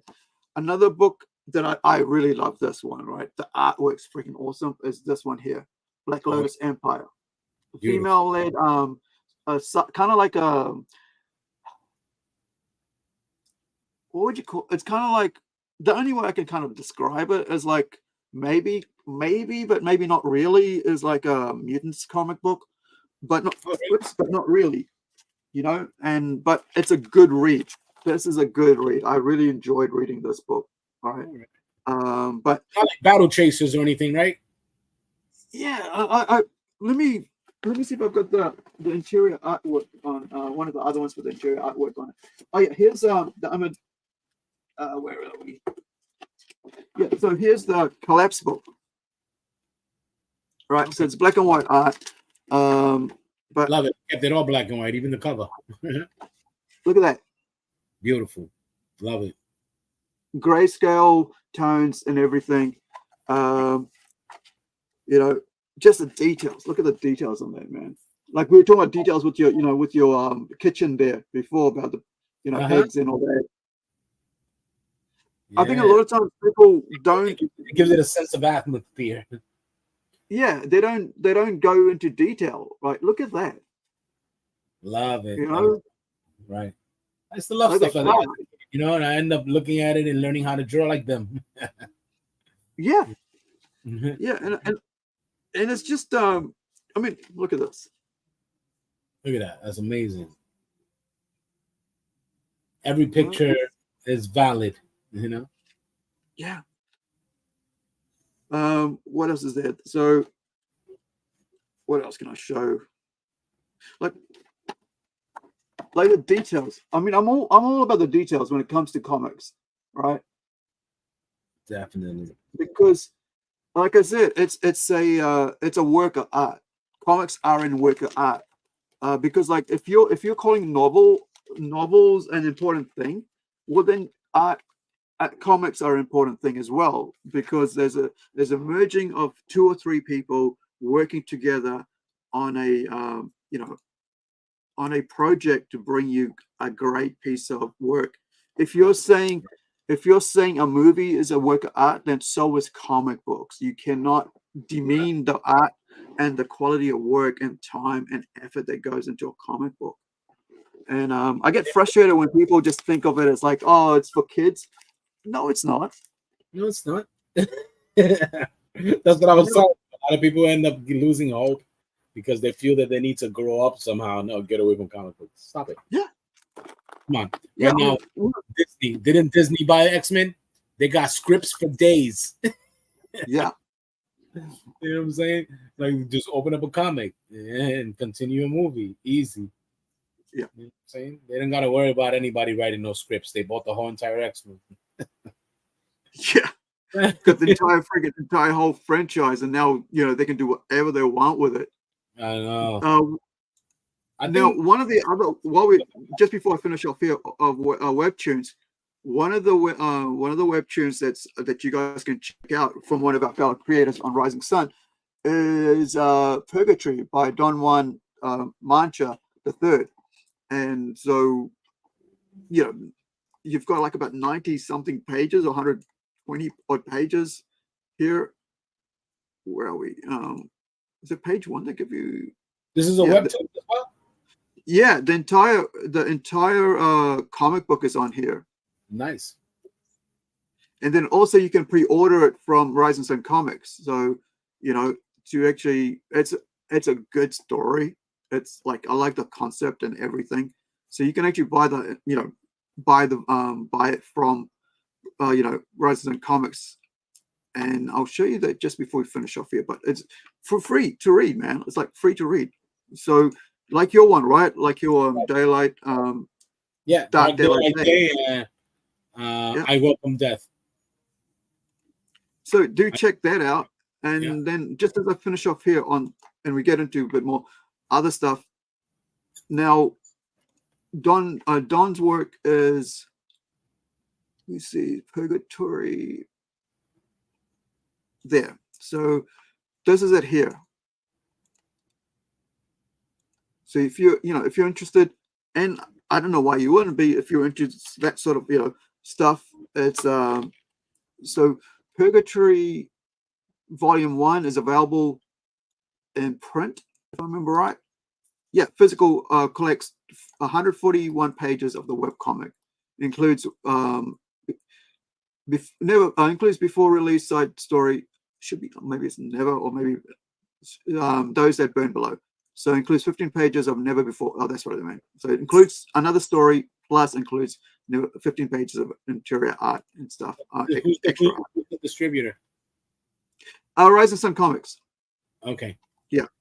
And you could just buy individual, or you need to buy a bulk? It's a trade paperback. Okay.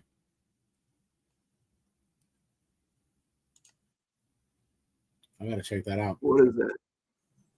Okay. Oh, we got a spammer. There we go. Bye, spammer. All right. So yeah. So you guys check that out on their Purgatory Volume 1, and great work. Awesome artists. I looked at the artist prelim works and stuff. Yeah, it was really cool. And Don's done a great job on this. I think it's a really good book, and you'd enjoy it. Let me just pop in there if I can get some higher res. I mean, zoom in. Like, totally, it's a very different art style, but pretty cool. What do you think? Like, I mean, like, you've worked with different artists on different stuff. So, what do you think of this art style? This art style has a lot of darkness, shadows, almost like what's his name? What is his name? The one who does Mike Mignola? Or yes. Are you talking about like Frank Miller.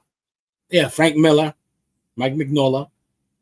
Yeah, they have all that total darkness, but it works for that style. I think throwing color on there would kill it. You know what I'm saying? It'll be an overkill. Is that their style is like a newspaper comic style, Yeah. And it's really good. I've just popped it up here so you can see a bigger look of it. So look at the details on that. Yeah, it gives you a focal point of what to look at. And it is about purgatory, right? So it's a spiritual heaven hell kind of situation. So it kind of lends to that whole darkness of it. Nice. Yeah, and it's not overly cartoony, right? Right. Sometimes you just want to put stuff out, And manga is they like black and white, and American comics like that colorful, straight up American style comics. But it's about the style of comics. You like manga? A lot of people like that manga stuff with no colors or nothing. The cover got to be outstanding, outstanding cover, black and white inside. Yeah, I think it's cheaper. Yeah, I think a lot of people like I was listening to somebody talk about manga the other day. Oh, they use a lot of 3D effects and all this, but they don't understand like the idea of manga is this that each day, each week, a chapter has to go up, right? And so manga readers understand that this is a quick thing. Right. And they are there for the story. However, you know, what mainstream comics is like, I'm talking about DC and Marvel, you're not there for the story, you're there for the art. Even though they don't really appreciate the artist, it's the art that sells the book. Because there's here's another version of you, and I'm an artist, you know, I buy comics for the mainstream comics for the art. Oh, here's another version of another pose of another character on the cover of it. You know, that's what it's become, because once you're done with it, you put your comic book up, and what you see is the cover. So that cover got a bang. You know what I mean? Like, whoa, you know. So people were like, "Yeah, I like this comic. The inside's got to be awesome as well." And then sometimes it's not. You're like, "Oh, what did I do? I bought a cover." All right. So there's people who just buy covers because of that. You know, just straight up that's cover what work. I do. Yeah, because the art, because the story inside is shit. To be honest. Because Right, but seriously, this book, the story in this is nothing. See, so it became the all cover cover. is cool. It's all cover. But if sometimes you know, if it's a good story, they don't care as long as is that comic with a dope ass cover and the story that you want to see what's coming up next. You know, so they push it out there quickly every week, like you said. You know, say what they got every week a comic, man. That's amazing. Look at this, man. Look at this art in this thing. This is so good. But it's not easy when you have like 6 characters on a page. You know, but if you have like, you know, a regular story where there's a couple characters, you can push it, you know, make it a page a day, like I was rocking out. Yeah. But I mean, look at look at the expressions and stuff, you know. Great. It tells the story, you know. You got to have that. You got to know how to make this work with what is being written. Got to match the words. It's not going to make no sense. You know, you don't want to lose the reader. Yeah. I love this. I mean, like, for this story, this art, and it merges so well. And I actually talked to Don about this. I said, you got to hold on to your artist on this, man, because this artist is amazing for what you're doing. You know, build a relationship with your artist. You know, make it long term, because she's doing great work. You know. Webtoons is not bad. They got some really, really great artists on there. Yeah. Especially the animated pages, when you move the page and it animates. Yeah. That's amazing. I was getting into that. But now they're making it easy for us on Clip Studio. Yeah. Yeah. Hey, I want to talk about that. Let's segue to one of your covers that you did. Right. So I'm gonna bring. Didn't I send you a file? I sent you a. Yeah, that's what I'm gonna pop up. Let me find it, because this is the first time I've ever done this. So let me. Where is it? Where are you? Why am I? Oh, okay. I see why I'm there. Was it Oh, I'm on the wrong page. Give me 1 sec. I'll get to my page and we'll put it up. So you've been doing, what is this program called that you've been using? Clip Studios. No, I mean, like, the actual. Let me find the right one. Plus, you've got an AI video I'm going to play as well that somebody put up on TikTok that you sent me. So, but I want to get to this.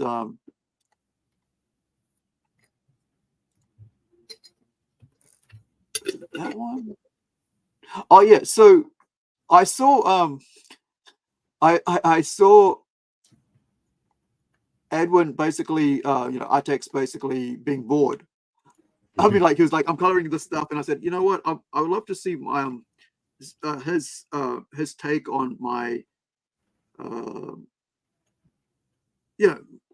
my character that I'm looking at writing, and I've created about 2 odd years ago, and I haven't done anything with. So he sent this. He did a couple of sketches. Actually, let's see the sketches, and we'll get to that. No, the other way. Oh well, I'll get to the sketches soon. But he sent this video through, and I haven't actually watched it, so we're watching it together, guys.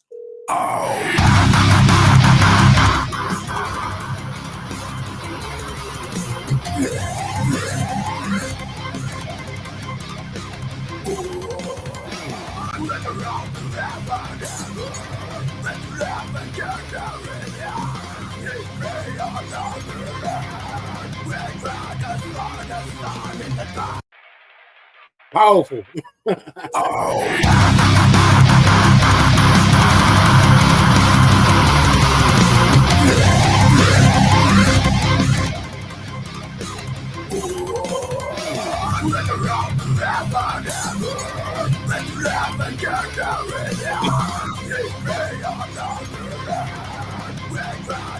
Magpie rocking out.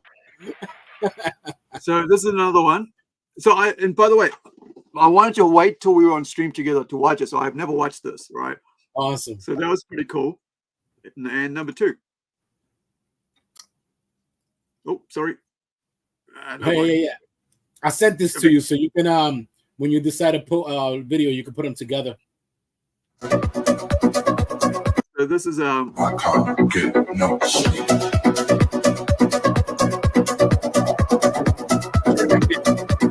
I can't get no sleep. Magpie from the Black. I can't get no sleep.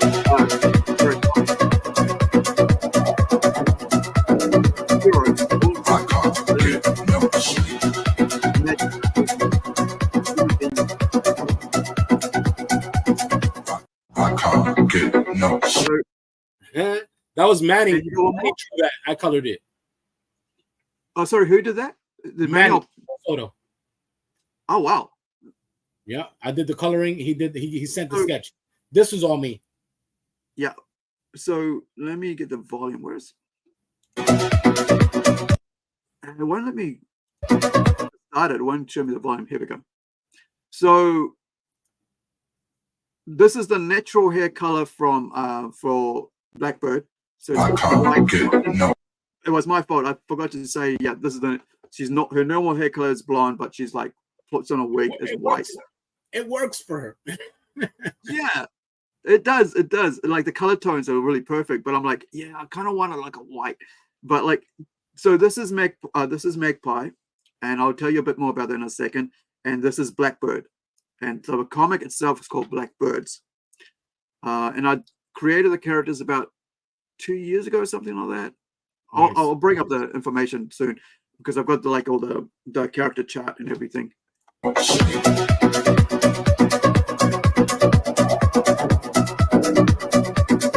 can't get no sleep. I can't get no sleep.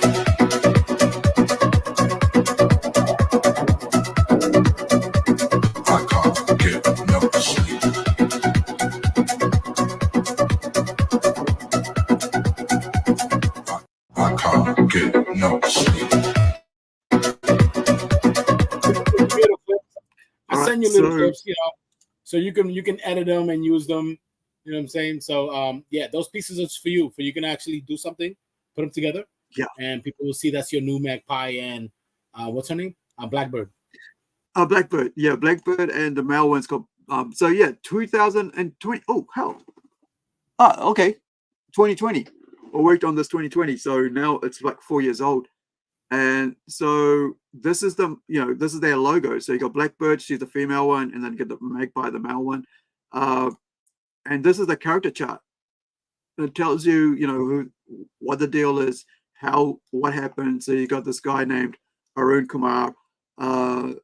It's not actually me, right? Like it's like a character, like one of our family members had this name, and everybody kind of calls me Arun or Aaron, and I'm like, yeah, it's not my name. So I thought I'll take I'll have a have a work on that and mess around with that. It's kind of like a in joke. So this is the story, right? So while being driven to his university by his parents, 22-year-old Arun Kumar is involved in an accident. His parents' SUV is hit head-on by a self-driven Landwood Core truck. So Landwood Core is this world's Tesla, right? Elon Musk is Landwood kind of thing situation, kind of like our Wayne Tech, right? In this world. And so the accident takes the life of his mother and leaves his father in induced coma. So am I reading it? Yeah. And so Arun barely able to survive the head-on collision, himself loses his left arm and left leg, gets smashed up. Barely, since he was sitting behind his mother in the SUV, he also loses part of his chest cavity. So, this is all gone. The accident is big news as the opponents of Landwood Core run daily news items in the media taking shots at the company.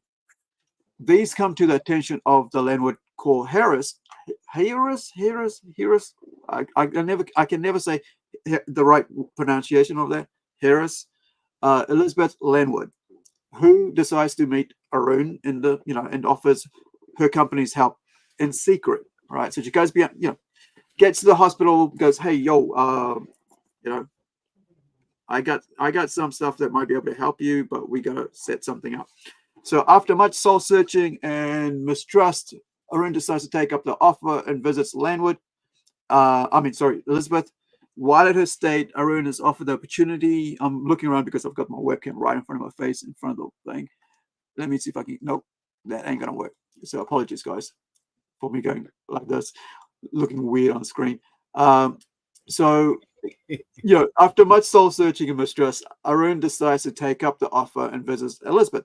While at her state, Arun is offered an opportunity of a lifetime and given the chance to change his future forever. And what is that future forever? Yeah, what are they gonna do to him? Yeah, and so artificial limbs, artificial chest. They're gonna give him superpowers like Iron Man.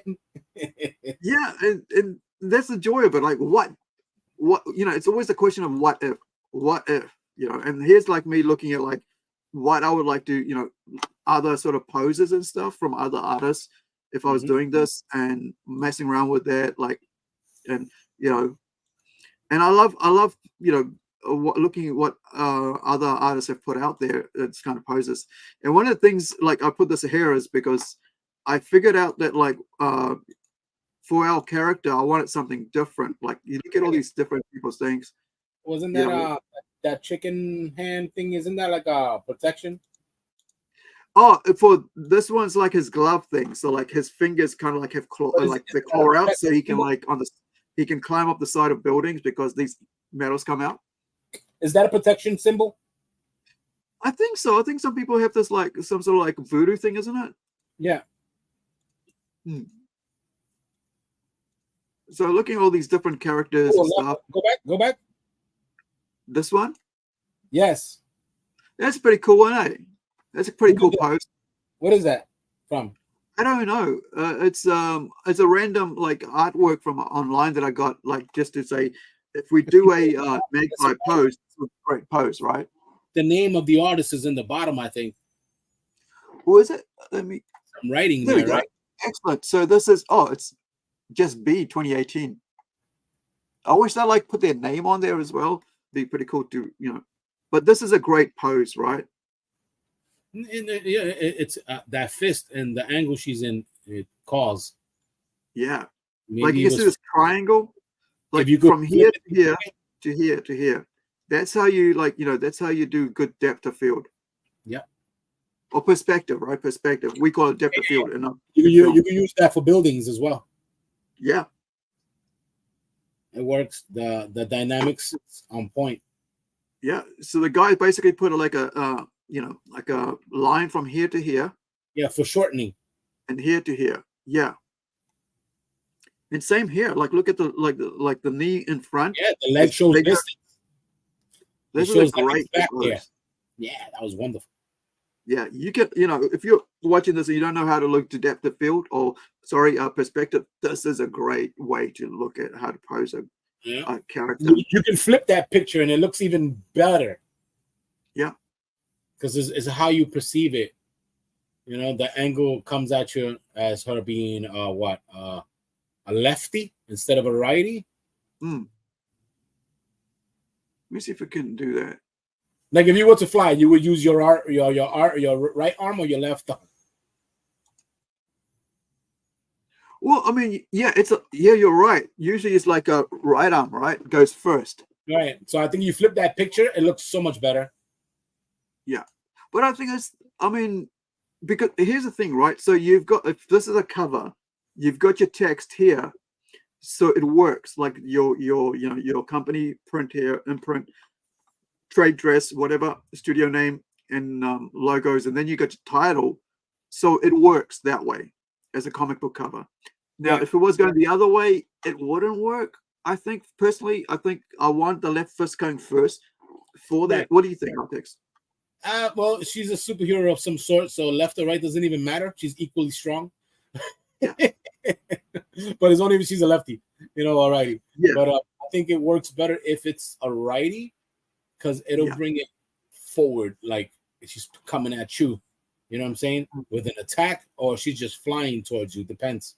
If she's going for a punch, yeah. But if she's going for the flight, I think the left hand. So, so our character, right? Like the Blackbirds. This is her here. Like this is me, designing it myself. Somebody else is posing, going, "This is how it's going to look." And so, doing the logo. This is a prelim logo. I see that character. So that's the white hair I was talking about. So because it's a Blackbird, I decided to do this club, like one of those cop club things, fighting things. So I thought, would it be cool because have a bee on there? They're like batons. Yeah, that's it. And so as part of that, you got this. Yeah, and so you got the bee on, like a bee form on there, so it becomes a bit more like. Oh, those are bees. Yeah, bees. He has them as well, so I didn't know what. Oh, he has the M's on them. So there, so he's got the M on there. Okay. And so his one has a claw on the end of it. Think of it. I couldn't see it. Yeah. So his one can grab things, and so it extends. So it's an extension. So is it like who's that guy? I can't remember now, but there's ones where you can extends into like a broomstick type things where it becomes like a lance. Is that what they call lances? Yeah, well, lance is still a sword regardless, but it could be a saber or a staff. Staff, that's it. So it extends into staff, so you can basically carry it on his on his side, on his side. A baton, one that extends. It comes out. That's it. Yeah, so it's about the same size as hers, but then it extends, and so you can do the whole. Or mechanical, magical or mechanical. Mechanical. It's mechanical. So what type of material you're thinking? Oh, I'm thinking like adamantium or something like that. Oh, you're gonna go Marvel? No, not adamantium, but like titanium, stuff like that. Really hardcore. Yeah. Or you could just come up with something. Yeah. Make up a name that sounds like it's unworldly and it's undestructible. There you go. Problem solved. Well, it's alien. It's an alien. No. It came from space somewhere, so it's indestructible. Because if that's gonna be part of the story and somebody breaks it, it's over. So physics. So these guys are part of the Plunge universe, and Plunge universe has like IncrediGirl, has Red Dot, has like like the Templeton twins. So there's magic in this world, there's aliens in this world, there's monsters in this world. And so these guys are the two human vigilantes, in that world. Augmented humans. Yeah. So he's the only augmented human, but she's like high tech. She's kind of like, if the only way I could think of it, she's like Kick-ass. our Bruce Wayne. How about Kick-Ass? Yeah, she's like our Bruce Wayne, and he's like Kick-Ass, but he's got like cyborg kind of, because he's got all this friggin' missing limbs. So no left arm, no left leg, and so those are replaced with cyborg, metal, whatever, robotic arms and legs. Is there a time period? Look at this. Yeah, we love it. Who drew this? Oh, I did. It's just like it's basically based off another artist's thing, and then I as a template, right? And then I go in and go, this is what I want that costume to look like. Yeah. I want the reds, blacks, and grays on him. And when you look at her, she's got orange, yellow, right, and black grays on her. And so this is, you know, another pose. And this is what I was talking about, like the claws on his arms. Nice. So building like he can grab onto stuff, you know. And I'm thinking like they're like like we're talking about titanium claws, so they kind of extend just about that much. So Like they the can grip on the the Kung Fu grip. yeah. The Kung Fu grip. I love back in the Was day. it five-finger death punch with like where you extend and pull the heart out? Right. Magpie. Then he eats it. Yum, yum, yum, yum, yum. So yeah, I mean, like, you know, looking at all the you know, designing the character, you know, designing the logo, and then like his logo is like this. You got his mask in there, which also looks like a bird. You know, the whole idea was to like get that whole bird thing going on. And like I said, it's 2020, like 4 years ago, I created this. Are you trying to go adultish with this, or are you gonna go superhero friendly? I'm thinking more of mature. Okay, so like, what's that? Didn't they make a movie about that? That if Superman went rogue with the little boy. Oh, you mean Red Sun? No, the other one. With the B, he has the double B's backwards as well, in the eyes. Are you talking about Bizarro? No, they made a movie. They made a live action movie where the parents find him in some capsule. Yeah. It's gosh, I remember that. What was it called? The only thing that can hurt him is his own ship, because that's the only type of material that's alien. He becomes evil, and he becomes rebellious to his parents. Who's the? I mean, let me see if I can find it. Do like search on here. Bad Superman. Bad superhero. Bad Superman. Indie movie. I think it was very recent, wasn't it? Yeah. Brightburn. There it is. Brightburn. Which was it? All right, let's put it up. Since you mentioned it, I like Brightburn. Brightburn was pretty cool. And thank you for reminding me, right? Actually, it's the Plant universe. Yeah. Brightburn was amazing. Yeah, Brightburn was good, man. This is it here. That scene when he flies his mom all the way up, that was insane. Right. Whatever you've done, I know there is good inside you.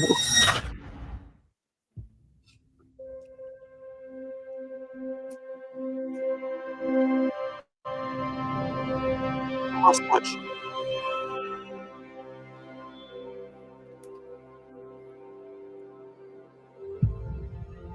Yes, this one. The lawnmower part was that. I put that in there. I was like, whoa. You found out. Gift. He's indestructible. I know it's been difficult for you lately, that you feel different from other kids. See that? Make you want to feel sorry for the boy.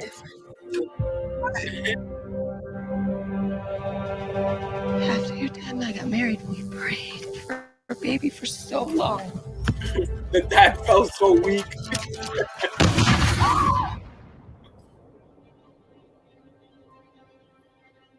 One night, someone listened.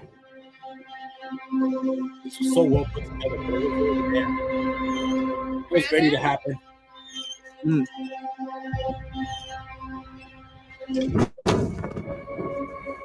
You are special. We believe that you came here for a reason. He was in the barn. Did he find it? No. It was like he was drawn to it. He may look like us. He's not like us. He ate the pork.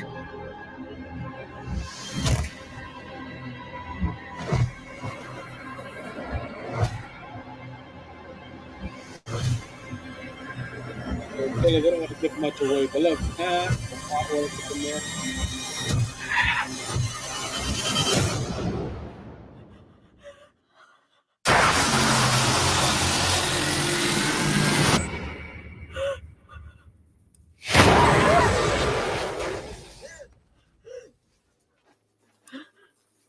Great.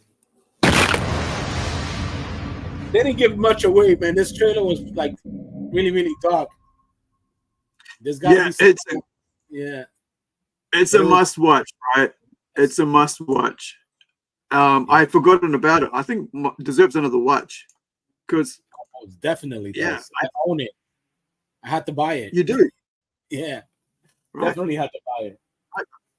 I gave it a 7. This is like when I watched it, must have been like, but yeah, 5 years ago it came out. I mean, just look at that cover to that, man. Like it just looks so cool. Hell yeah. He's not here to save the world, right? So written by Brian Gunn and Mark Gunn, so his family, his brothers, whatever, and then produced by James Gunn, of course, over now at doing the DC Universe. But it's a must watch. You gotta watch this. It's really like mask is supposed to look like a moth of some sort. Yeah, it's a really interesting looking thing, isn't it? Like it's. Yeah, I own it as well. I don't have it here to show you, but I do own it. I added my own to it too. They have 2 different versions. They have the material version and latex version with the shoelace. Oh, the mask. Yeah. Oh, okay. So this was directed by David Yarovesky, and good. I mean, it's a good movie, man. Like you cannot not watch it. It's like really good. I think I have it in some of my videos. Sorry, I have it in some of my videos on my Facebook. Okay. Yeah, it's so awesome. Let me pop over to your Facebook and grab something. Let's see. So, well, that was wonderful. Thinking it's on your homepage. Yeah, on the videos. It's gotta be far back. You said it was 5. How many years ago that movie? 6 years ago. You got to go 6 years worth of videos, I guess. I don't know. Oh, I can. Let me see if I can get it. Would it be classed under Brightburn Mask, or would you put something else under it, like title wise? I don't remember that, man. 6 years old is. I wouldn't remember. I'm the same, man. I have no idea what I was doing then. Let me see if. Let refresh on your page, and then I'll bring it up. See if I can find it through search. No, can't get the search on there. Oh, here we go.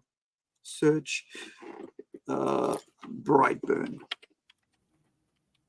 Because I would love to see it if if you did the mask. Yeah, it's there. Here we go. Let's look at. Yeah, dude. Like under Brightburn. Like, check this out. This is your. Yeah.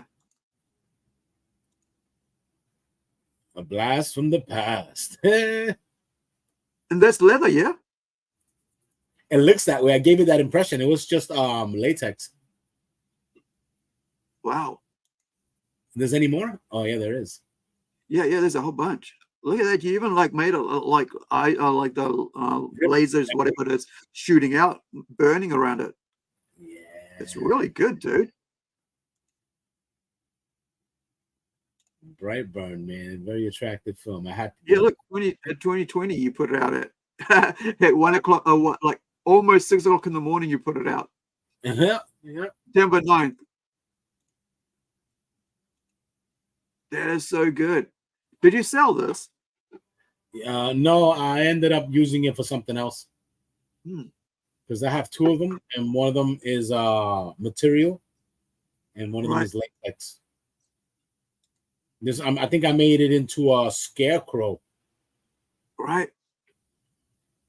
And the weird thing is, like, if you look at it, this is a balloon. This is a basketball, right? It's supposed to be a quilt, a knitted quilt. No. What I mean, it's like the original, like how he makes his mask. Is it like a rugby or like a football, or is it No, a quilt? It was a quilt from his bed. Oh, from his rocket ship. Is that what? Like Superman, right? Yeah, I think that, or something from he constructed himself. He made the suit himself. This is good, man. Look at that. The details. But yeah, Brightburn, like, sorry? That's all it shows. It just keeps circling to those 4 pictures. Yeah. Oh, you've got another lot here. So let's have a look at it. Is it the same one? I'm surprised there's not a video, because I usually put a video. Yeah. Let me see if there is one attached there somewhere. No, it's just those two. Maybe they just deleted it, but I'm sure I put a video. Because all I did was searched on your page as Brightburn, so you can see here, right? So right. I wonder if it's like vid. No vid. Or maybe I'll go to videos on your page and just search the videos. What if it turns up any video? Oh, you got no, it doesn't. Actually, EO.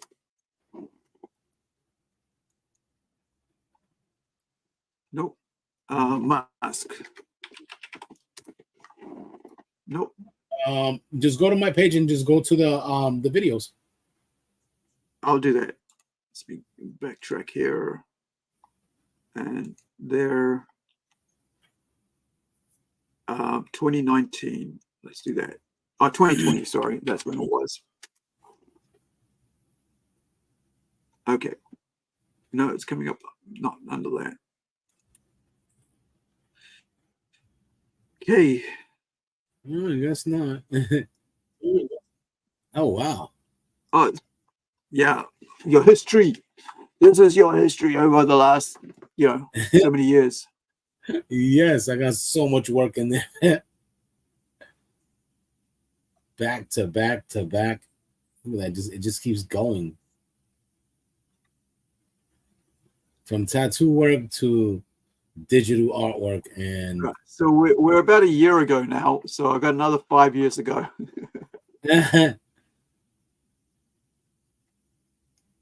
Yeah. That is all my ideas of comic books that have no story, but I put them down, so I won't forget what they're about. Yeah.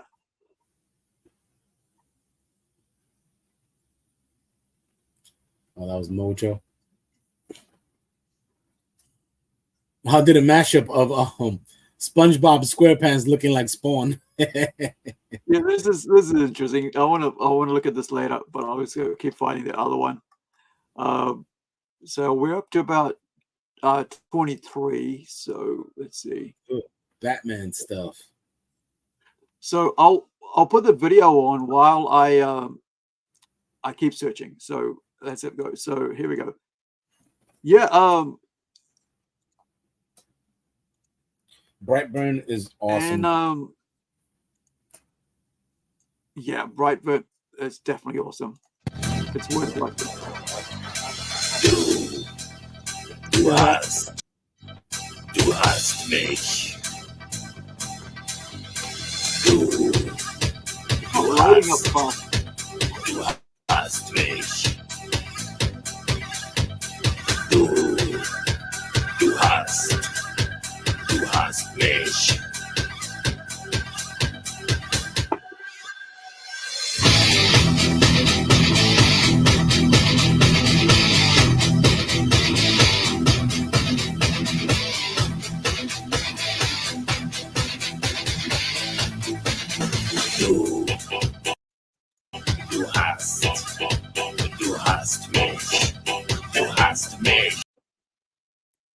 So this is another one.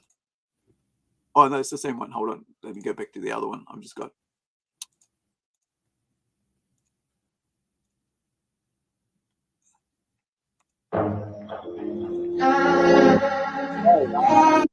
I heard you told your friends that I'm just not your type. If that's how you really feel, then why'd you call last night? You said all I ever do is just control your life. But how you gonna lie like that? How you gonna lie like that? I heard you told your friends that I'm just not your type. If that's how you really feel, then why'd you call last night? You say all I ever do is just control your life. But how you gonna lie like that? How you gonna lie like that? I heard you told your friends that I'm just not your type. That's how you really feel. Why you call last night? You say all I ever do is just control your life. How you gonna lie like that? How you gonna lie like that? I heard you told your friends that I'm just not your type. That's how you really feel. Why you call last night? You say all I ever do is just control your life. How you gonna lie like that? How you gonna lie like that? How you gonna lie? He's burning up. You saw that? Yeah, those two characters, they're kids that burned in a Chuck E. Cheese type place. And okay. And Oh, you mean, is it like Five Nights at Freddy's? Kind of, sort of. But it's a little different. Is they're being controlled by some other evil character. It's all on that same line of where you're at. Yeah. One of his name is oh my god, I can't remember his name, but it has to do with his color. I forgot what it is. Okay.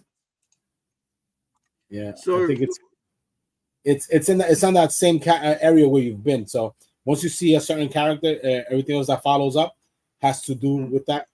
I have one called Born Gorn, and I have like a whole entire series of the entire Born Gorn characters.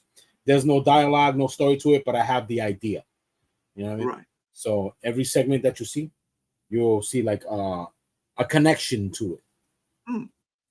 Yeah. I have. It's called. Have you got like have you written down the concept of it? Yes. Yeah. We have the concept of it. It's usually in the title. One of them is called Orbs of War, and the other ones have. Like, no, what I mean is like, are you thinking of doing like a short story, like a 6-page or 12-page story? And well, that's what the drawings are. They're like 1,000 words. For me, once I see the picture, it'll bring me back to it, and I know why they are. They'll have a background story or whatever it is. But it's all in my head. I can't really just tell anybody, oh, this is what it is. You know what I mean? Yeah. But once I see the picture, those are my footnotes. You know what I mean? Right. So when I do want to create that, I know where to go. Oh, I'll go with this picture because I know where it's gonna go. Right. But yeah, as you go through them, you can see all the characters that go with it. Mm. Well, it's like I was looking at the other one before we go into this one. Where are we here? Where's the list? I think was it that one? Oh, sick. Oh, the guy's name is Violet Jack, like Violence Violet Jack. He is the owner of the place, and he deals with the paranormal. Right. And that's when you see everything comes about. You figure out why the kids are trapped in this place and they can't get out. Right. So if yeah, were you thinking of like doing like what is it called? Like doing like something like a little fold out mini comic or something like that. Yeah. Remember Evil Ernie? Yeah. Like that. Yeah, I have one of the comics somewhere here, but yeah, something like that. You think little clan? He has his own little clan, like a cemetery with dead children. He has his own little army of dead children. It's the same thing with Violent Jack. Okay. And this is an original creation that you created, right? Yes. It's called the Chumsies. Yeah. That'd be pretty cool to work on, man. It'd be interesting to it's like in a circus type deal. It's like a psycho circus type deal. Yeah, but I mean you could also like turn it into like a a trading card thing, right? Just around those characters. Yes, yes. All these ideas that I come up with, they are expandable, you know, to the point where you can make it be what it can. Like you can make it into a card game, you can make it into a comic book, a video game, clothing, toy set. You know, it can go places because it has its title, it has characters to follow. You know, things that quote unquote geeks like. You know what I mean? Because we're geeks. Yeah, you pop like culture, right? I am a geek. Yeah. So talking about that, I want to let me see if I've got this video up here, and I'll talk about, show you something from that. Let me before we go to Nathaniel's page, because I want to show you what Nathaniel does on his Secret Spins thing. So this past weekend, I put up. Did I put up on? Oh no, it is here. So check this out. I am looking to start collecting this. This is what's called. Please don't play. Please don't play yet. Cool. Yes, there you go. The auto. So this is a. Have you heard of these, man? Like this is like limited run comic, not comic, like toys that they put out professionally. They're like professionally, and it's like mystery packs. Each one's a mystery, so you don't know what you're going to get. Love it. So there's a collective thing around the world. Sorry? That's the fun part. That's good. They have a gimmick. It's great. Yeah. And so maybe like 1,000 around the world will be put out, and that's it. And so they're all original. Yeah, so they're only like maybe about 10 sets per all those 1,000. And so what happens is that you sign up and you can actually swap these with other people who want to complete the set. Nice. And such and such. And so they put out these giant ones, and we'll watch them here, right? So they put out these giant ones. I've seen things you people wouldn't believe. Oh man. That shit was on fire off the shoulder of Orion. I watched sea beams glitter in the dark near the 10-house gate.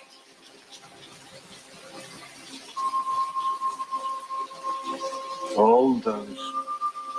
I've seen things you people wouldn't believe.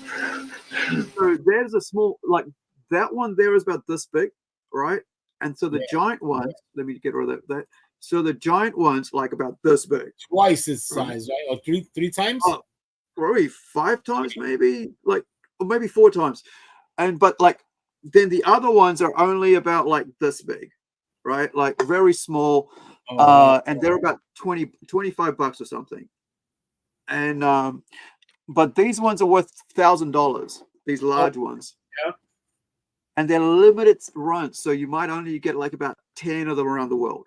Yeah. Or 20, very, very low run.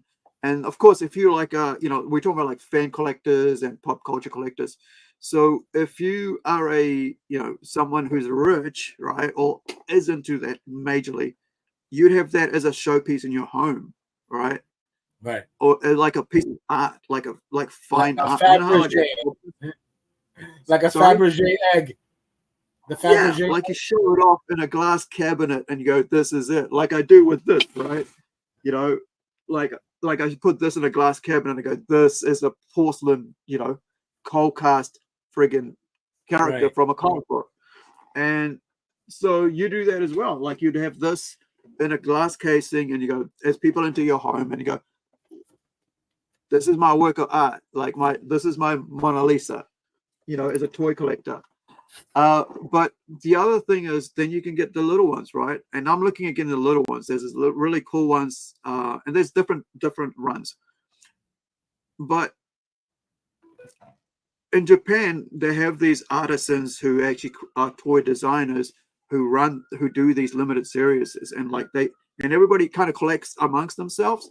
So let me see if I can find a video about that, and then we can look at that, and then we'll finish off in about another 15-20 minutes, and we'll go out with a video from our friend Nathaniel Mars. So Hopmart Boy Collectors Limited Edition unboxing. Let's see. This is it. All right. So which is a so something like this. So this is like a bit of a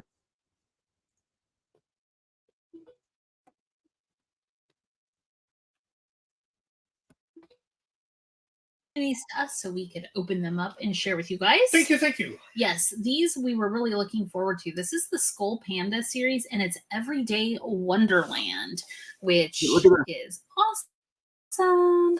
So I do want to show on the side of the box, there are 13 that we can collect, including the secret. The secrets are very rare. It's 1 out of every 144 boxes will contain a secret.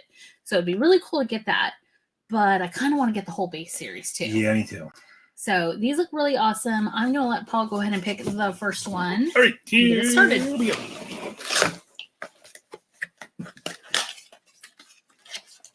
I like that brown bag. It looks like a chocolate bar.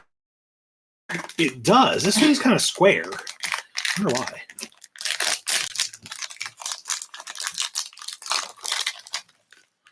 Oh, wow. Oh, okay. Wow. All right, we have You Timid, I think it says. the Timid. I'm going to show you the card really quick. Is that what it says? The Timid? The Timid. Okay. So this is actually really cool. So I think these are very loose. Alice in Wonderland. This one comes with a little crate. Let me box, which okay, let me go there. Yeah, carry on. When he put that character little toy down on the table, it made a thud. That thing must be heavy. Oh, okay. Yeah, it could be one of those heavy plastic. What was it called? Resin? It's not like it's. Yeah, it'll be basically like this. This is quite heavy. Like this is, and it's a bit smaller than this, right? So this is my Incredigo one. So it looks like it's about just up to her boots. Like that's how big it is. Uh-huh. You know, it's quite small. So maybe I'm thinking maybe it's like one of these, right? That size. Yeah, it has weight to it. Yeah, it's pretty solid. It's not like a flimsy little thing that'll break off, but yeah, it's kind of that same world, toy thing. Look at that. So that's one of the kind of like this is like the timid. I mean, the panda ones. So there are the robot ones as well. Let me see if there's any others she's opening up. Yeah, so look at that. And this is just a limited runs. They're not like pop vinyl. You get like 1 million of them, right? But just the design from some toy maker, making it themselves in their home, and then getting like a factory to make it. I used to have that luxury, and then man's ruined, screwed it up. But I would love to start that up again. I can do sculptures and stuff like that. Yeah. So those are here fun. we go. So there's another different one here. Right. And they don't cost much to start. This is, called Monster. This is the Hironi Mime, the story of identity. Look at that. Check out Monster Clay, man. It's pretty cheap. And they have different grades from soft to mild to hard. And you can mold and everything with it. So you got 12 commons or standards, and then you've got a mystery, right? Nice. And of course, I mean the boxes are probably like a couple $100.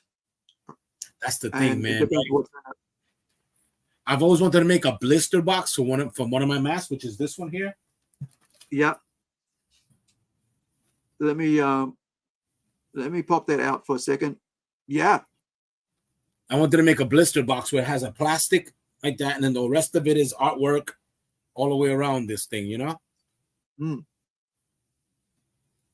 I want to get that shine on his eyes so you can see that shine.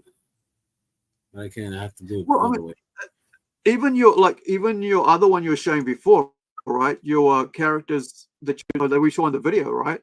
What were you calling those? Which ones? Oh, the chumsies.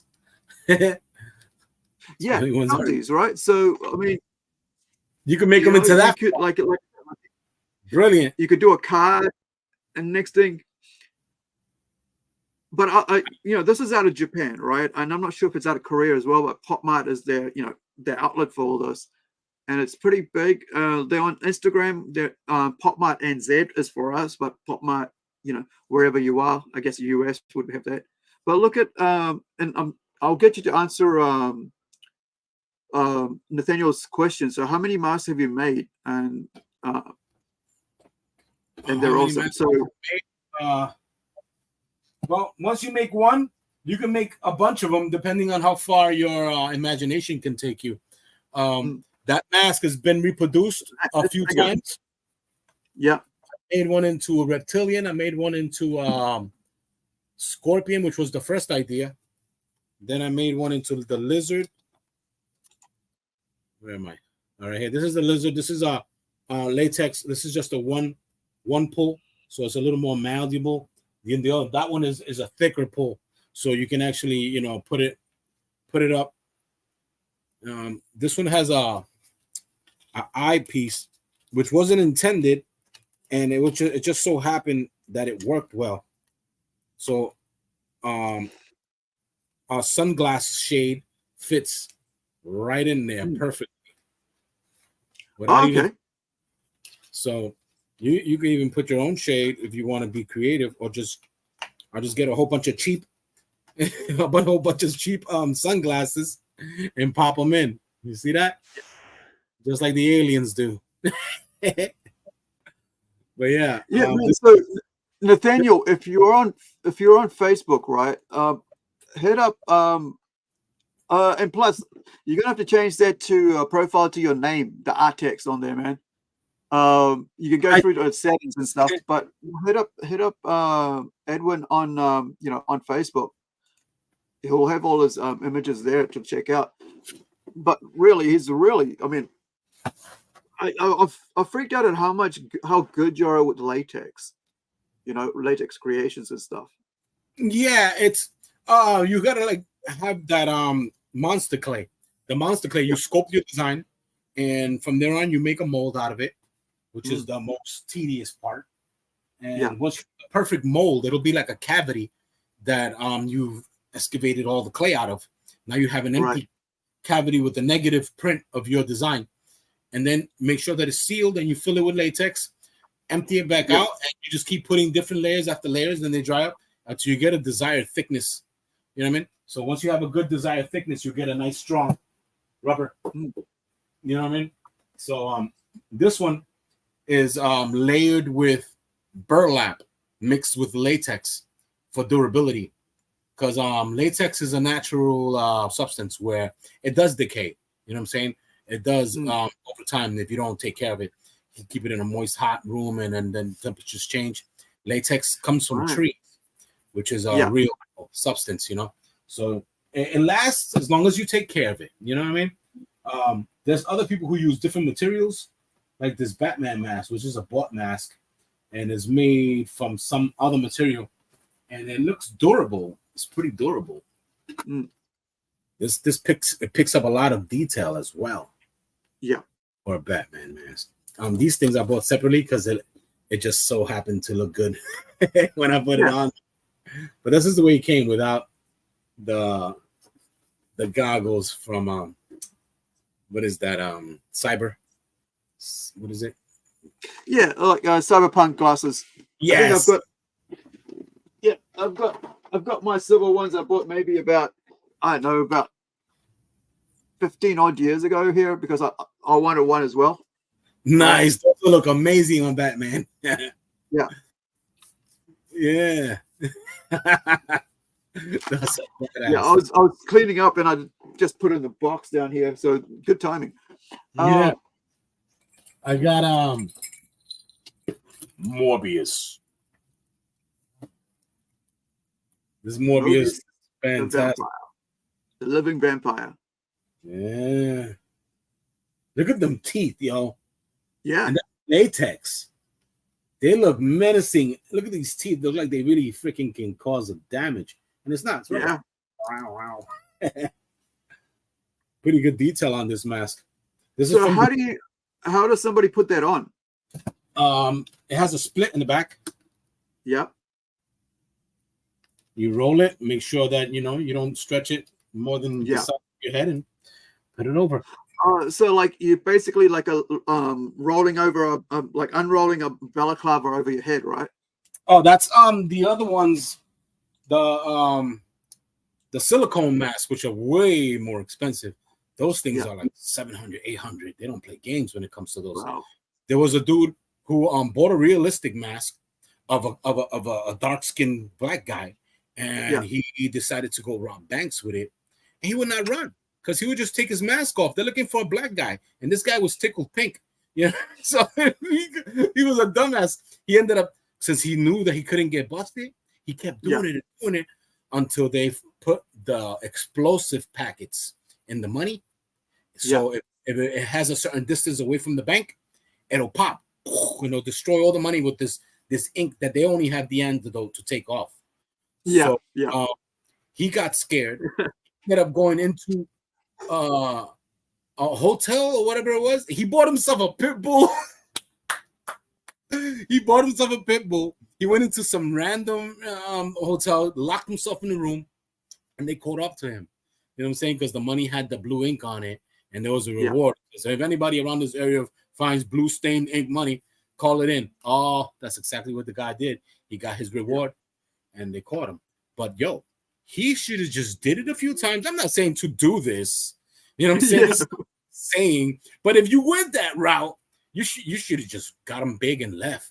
Not kept doing it over and over. Of course you're gonna get busted. Freaking clown. But but that was so realistic that they couldn't find who it was. They were looking for some black guy. And he had the hands and everything. With a hoodie, bro.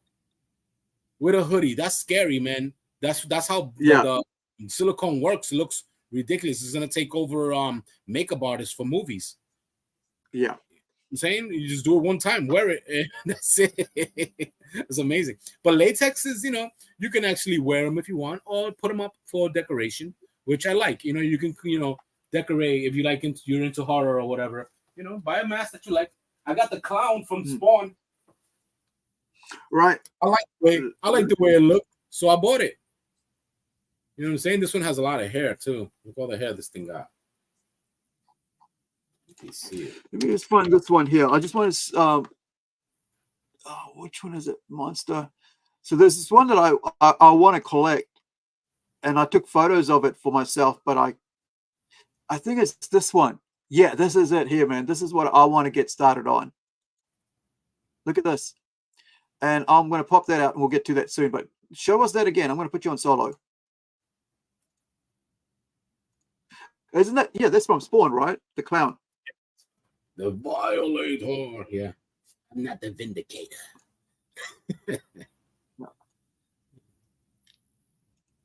John Leguizamo did a wonderful job. Yeah. But he's gone down a weird route, old Joe. It's weird how people get all Hollywood and get weird. You got a new movie coming out. But so here's something like Nathaniel was saying, I went to an estate sale recently. The homeowner was an eccentric artist and mask maker and comic collector. I spent way more than I planned. Wow, man. Because Nathaniel's a collector of a lot of things. So we're going to have him on our show and do a stream just with him probably next week sometime and look at what he collects and stuff. So this is what I wanted to really look at. And maybe he'll show that next, when we're on stream. But this is what I got excited about. Look at this work. This is what I want to collect. All right.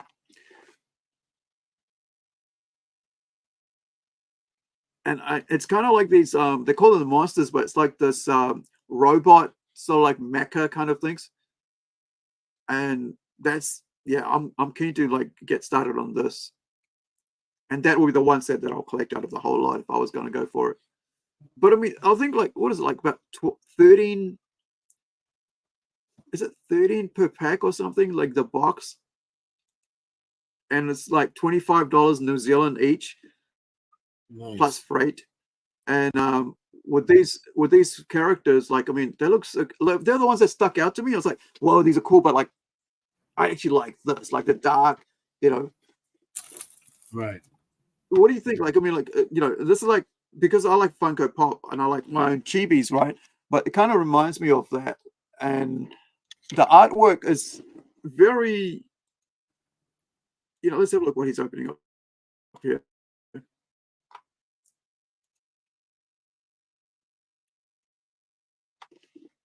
I was gonna say Disney, but I can't really make it out. No. I thought I look like Puma. Yeah, no, it's a Japanese, you know, it's a Pop Mart, you know, limited run characters, but this is the one out of the whole lot they had on display. What stuck out to me? It's, yeah, look at that, like it's like the mecha, you know. Oh, with robots inside a character. Love it. Yeah. I like it. Look, it's creepy little characters and robots. I like it. It's like a little bunny inside a robot thing, you know. And plus, look, it's got a helmet and everything, and every you know, and it's not just a statue. It's, you know, it's a moving parts, so it's an action figure as well.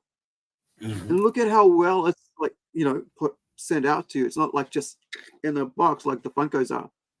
Look at that. And they're about $25 New Zealand, so it's 15, maybe 10, 15 US. It reminds me of Hallmark gift shop toys.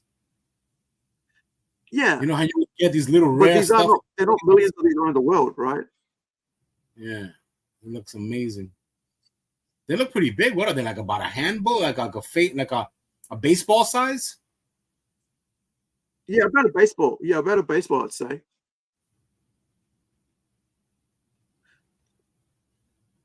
Yeah, so about a baseball. It looks like about yay big. You know, the appendages make it look a little bigger, but the bodies is about the same size. Maybe a handball or a baseball. Actually, I might have a different blister box, so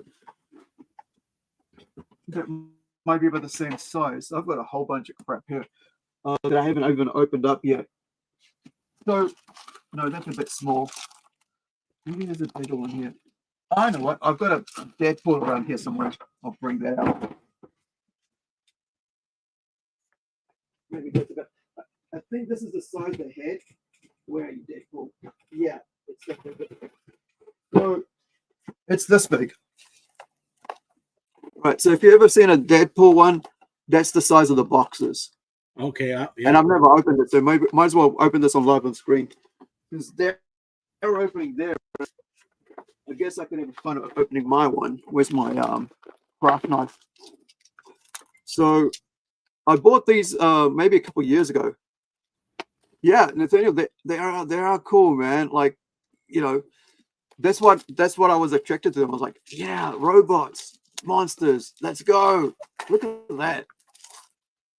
Right, so let me just pop this out so I can show you my unopening. I've never opened this, of course. Yeah, I just bought them and left them in the boxes, but this is the Deadpool. And one thing I don't like these is, like, I don't know why they glue it up like this. They should just like have a little, you know, just slide in, because I don't like ruining these boxes. That's how they know the authenticity. Yeah, but I mean, you know, this is like, it's just ruining the box. I like keeping it. See, look at this. Yeah, that's why they want to make you buy two of them.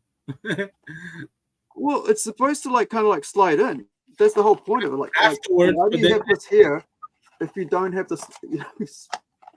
Yeah, I understand, but you know how it is. The authenticity is open once. Right, but this feels really small, dude. Like, look at how small it is. The box is this big, right? At least those ones, they actually, you know, fill the box a bit more than this. So, all right, that's awesome. That's a duck, yeah, right? yeah. Oh, is it a duck? No, he's got a mustache on. Oh, so this is 1 in 6. So you get 1 in 6. You can get that one. Oh, his bobblehead. Yeah, it's a bobblehead. Yeah, it's got a screw in there. Screw. It's got a spring in there. All right. Semi bobble. You gotta really shake it. Yeah, it's because it's a small one, so you got to really shake it. I've got the bigger ones. I bought these two bobbleheads at the convention. So this is a X23 with I guess a what if one. I love so that's it. a Yeah. bobblehead. And I also got the head shape TV. Yeah. Yeah. Nice. So you can see the difference between the size of these two, right? And this is like, the Funko mystery boxes compared to this one. And they sell you the same price. And this is the weird thing, right? Because it's a mystery box. So it's just because it's smaller doesn't mean it's easier. The smaller, the harder it is to produce those little things. Oh yeah, no. What I mean, like price wise, right? So this is like the same price that you buy for this. The reason this is more expensive is because you get limited runs on them and special mystery thing. So you can get 1 in 72, 1 in 72, 1 in 36, 1 in 36, 1 in 12, 1 in 24, and 1 in 6. So this is a 1 in 6 one, and I think I've got about another 5 that are unopened. But yeah, like I mean, that's like mold or 3D printed. It's a mold. Yeah, these would come with a mold. So like because it's cheaper to do it as a mold than it was to like 3D print. No, and I mean it's cheaper as a 3D print, but a mold you can run millions of these, right? You gotta bronze mold, right? If it's a brass mold, masters after they waste. Yeah. So you gotta have that. After that scope, you gotta recast it. Once you waste, you can run about a couple hundred whatever.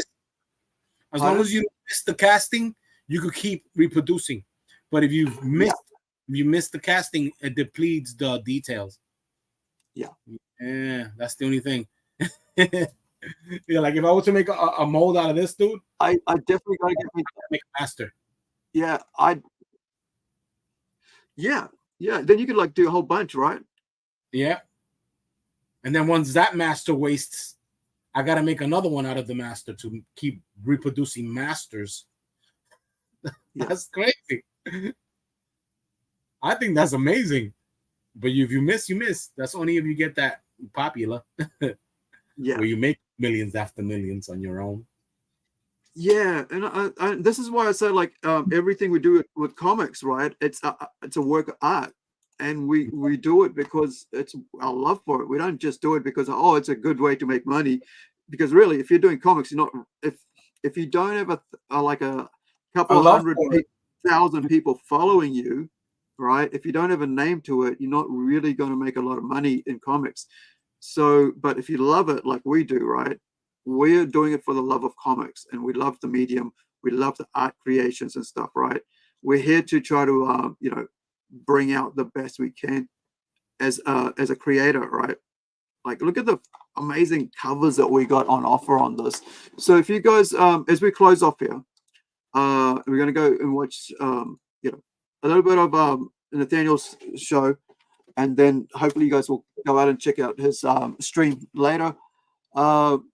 Check out our Robot Nation Kickstarter that's on right now. Not asking for much, 2.5K US.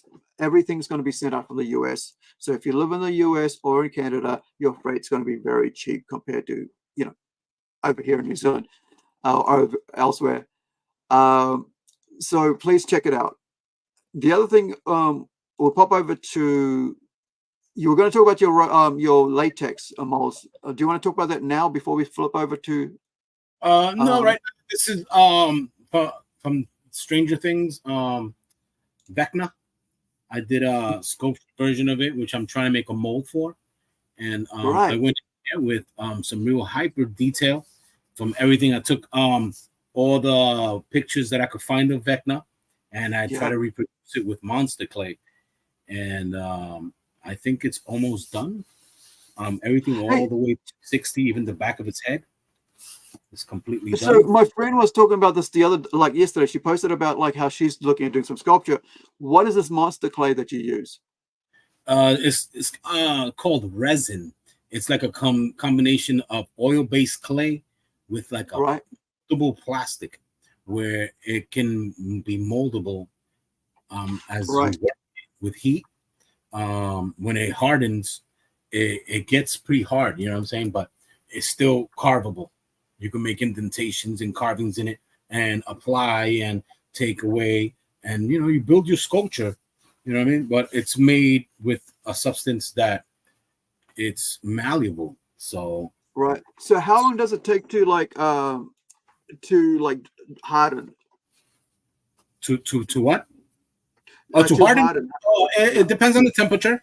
It's you can work it. It'll feel like wax, but yeah, you know how you can carve into wax, but that wax is soft. This one has a hardening state where it's still moldable if you apply heat to it. You know what I mean? So let's say I have a smaller one right here. Perfect. See this here? I'm gonna go a little closer. Camera. I'm gonna make an indentation with my finger. Yeah. See that? So it still stays a bit soft even after it's set.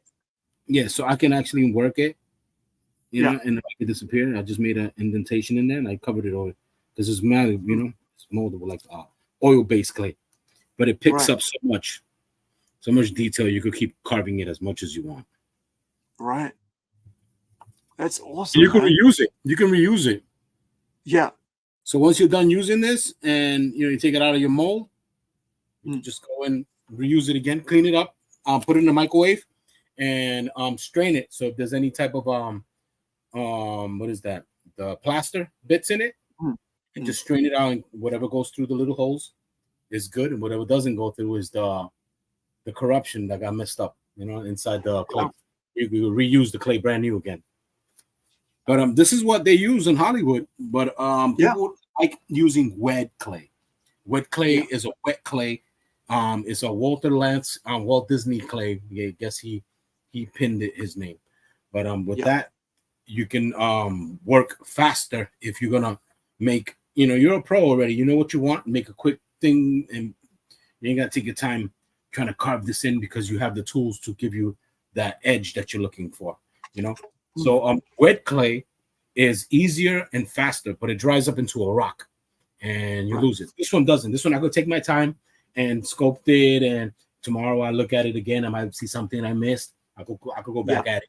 It doesn't have to. So that's clay right now, and that you're looking at. Yeah. This wicked. Yeah, this one. Yeah, this one I can keep on working on it as long as I want until I say I'm ready to make a mold. This one has texture. This one has skin. It looks like, like Vecna. I copied everything from the film, so I copied every nook and cranny. So I'm waiting to get some time and some help, because making the mold by myself is a little scary because I don't want to destroy it. I gotta have the correct amount of thickness on the mold so I can make a shell all the way around it and have a seam line. So it'll be two pieces and they'll come together as one. And when I do the mold, I'll have to split it and find out where I want it. From here on, I'll do this side and it'll turn into stone. And then the other side, and that'll turn to stone. Then I gotta take them both off and hope to God it doesn't break.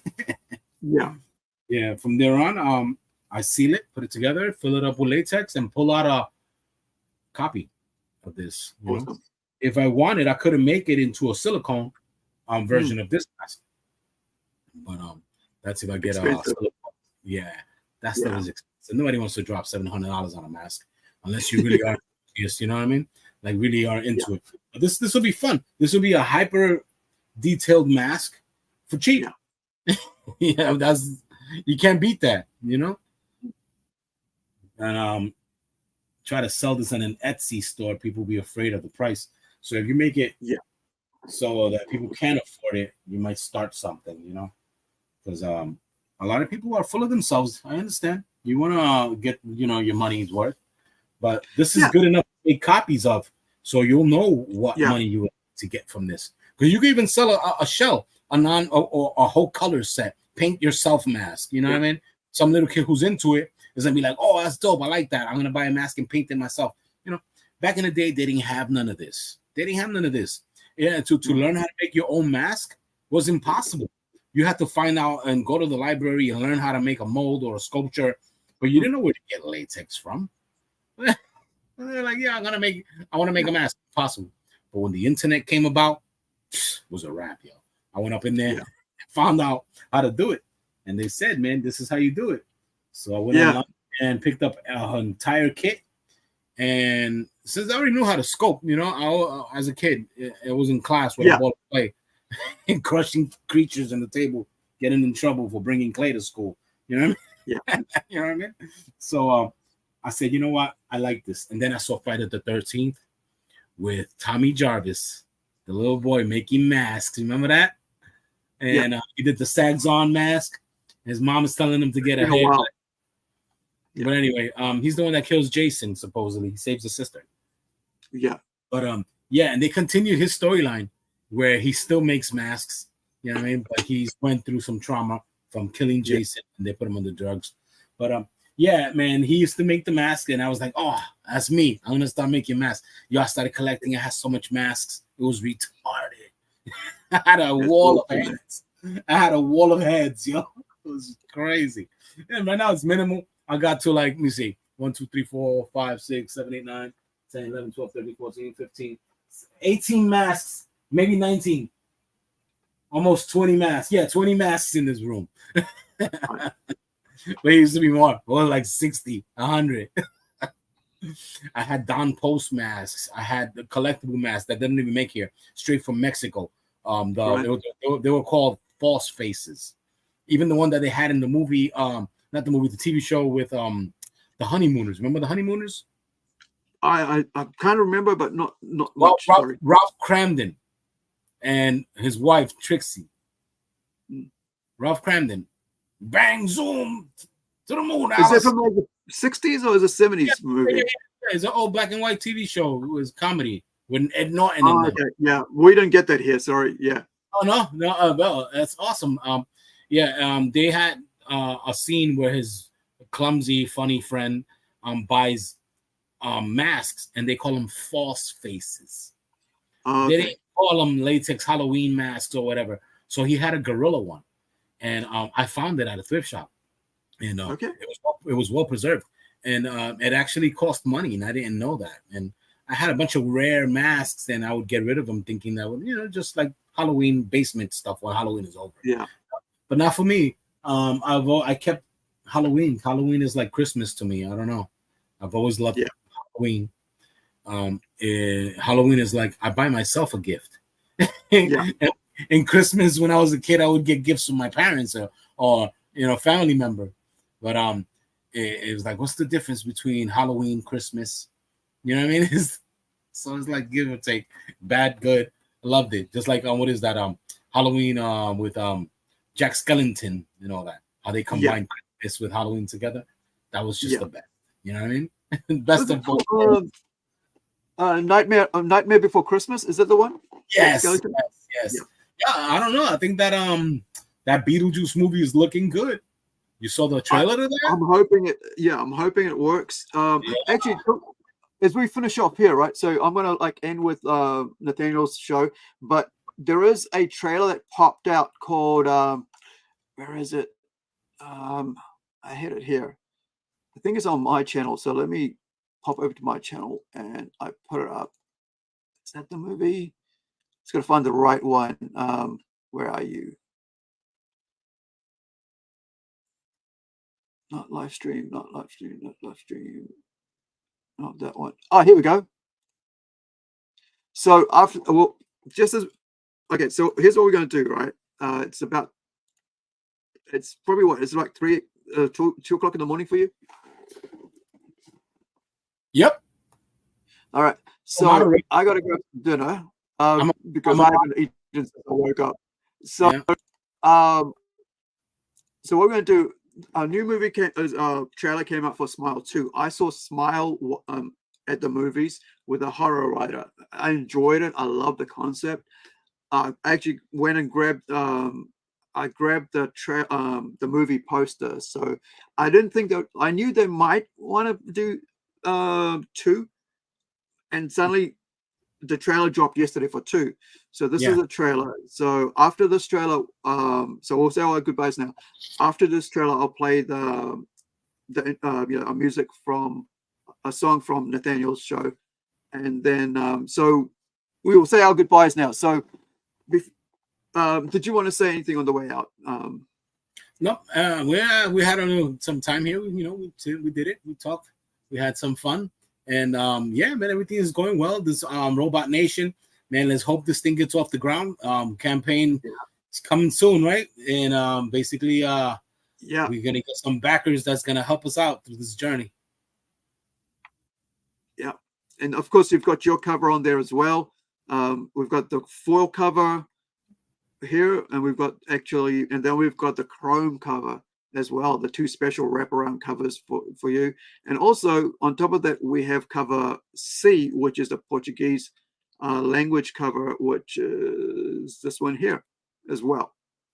Nice. So yeah, really looking forward to, you know, hoping that everybody backs this. So if you love comics, if you love thank you, Nathaniel. Yeah, if you want to support something and you want to read a comic that's complete, you know, this is it. This is, you know, like, it's not a one, it's like a self-contained story with 2 stories, beautiful artwork, beautiful illustrations, beautiful covers from people around the world. I'm really proud of this book. And then it's an ongoing series. However, each one is a self-contained, which means you can pick it up, read it, and put it down and not worry about when's the next one coming out. However, it is an ongoing series, and it is being sent out from the US. It's got to let you guys know. So don't worry about the freight, because it's your standard freight within your own, within America. However, for overseas, it's going to be a bit extra because of, freight charges, inflation, and all that. But go through, check out the freight costs and everything. You can back it on digital. You can back it on the special packs. You can get single issues. Like I mentioned earlier, it's, you got the English version, you got the Spanish version, you've got the Portuguese version. And then later on, you got the not for safe for work versions. You got amazing foils, limited series runs. So most of these comics, most of these covers are about 25 issues only produced in the world, right? Only sold. And, so they're very limited. It's not like a whole thousands and thousands of copies. They're not like, they're not like Marvel and DC. They're print 1 million or 100,000 of them. These are like, these are limited standard. Sorry? It's a limited run. Yeah. 25 to 50 is our maximum, depending on which one it is. So the only ones that have like a no limit to them are these 3. So those, as many order, they will be going out. But all the others are limited run issues. So, yeah. So once they're done, they're done. Yeah. No reprints. So you got some amazing collections here as well. And each one of those will be, you'll get since all these are coming from the US, right? Posted out. However, I've got a little card that we're going to send out as a thank you for everybody that backs the packs. So if you buy this pack here, this tier, and all the way down to the other ones, you'll get a card that says thank you, my signature saying yeah, and which is a promo for issue 2 as well. So you get a bit of really cool stuff coming out from us. Nice. Go up again. I missed that top one. I didn't see that part. Okay. This one? No, lower. Down, right there. Up, right there. Well, that's the stick it to the tin heads. Yeah, so you got 3x5 inch stickers here. Nice, like it. I like it. So you've got the 1, 2, 3 Artex artworks on there. Edwin's work on there with Manuel as well. So I sent you the newer robot face. Right. Yeah. Yeah, I was gonna see if I work it out. It's like I'll figure out what I'm gonna do with it, but we'll see how it goes. Because there's so much artwork you've sent, right? It's the magic number. 7 is the magic number. Yeah, and you have 7 covers. It could be a card per cover. Yeah, and so I mean, if we got issue 2 as well, we could stretch out to that. But like, there's some really cool like put the pencil version in there. Yeah, so there's a card like a 4x6 inch card. I like it. As a print. So I thought that would be pretty cool to have right? that out. It gives it a different feel. Yeah. Right? It's like, whoa, that's different.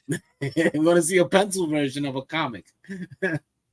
And so you get like for this card, you get this print card free when we get to like 2000K. So I mean 2K. And so each step of the way we get a goal, we release that. We add that to your freebie to your pack of comics that you get from us, or your whatever comic you buy from us, you get that print. So you got this last one here at 3K. You wrote Manuel Soto. Mini poster.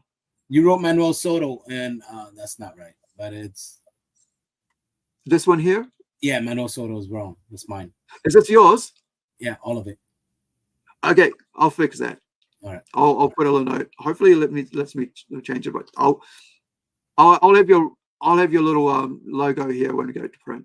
Make sure it goes to Artex on there, because I have your signature now, so we'll get that. So yeah, so there's so many cool things with this comic book, man. Like I know people go, well, what you shouldn't do a one and done thing, but like, look, it's the only one we do but the story is going to continue, and like each story is an individual comic book, and I want to do something different to part 1, part 2, part 3, but this way you get a comic book that's complete, and it's 44 pages, right?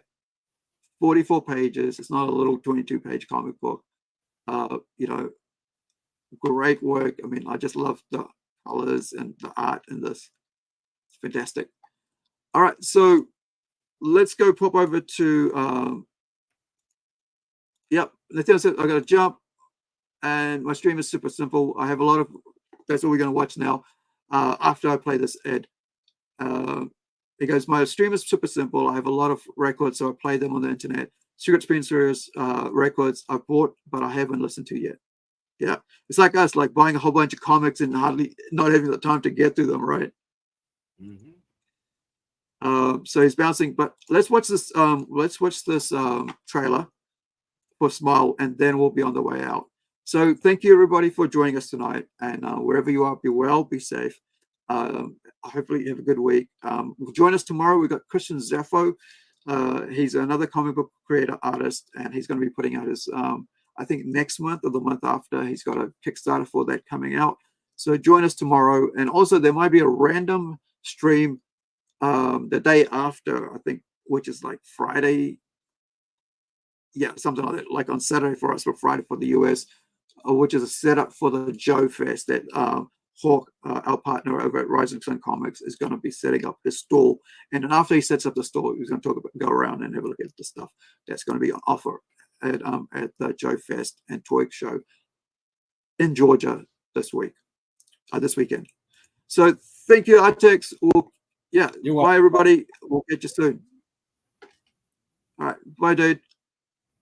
Peace. Bye everyone. Yeah.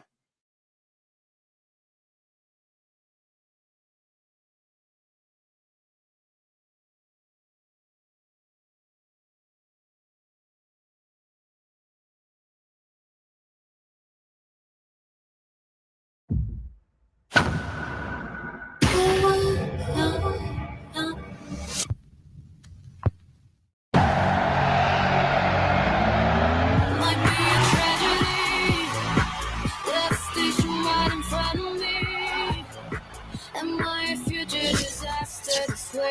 can it happen? Like that and white.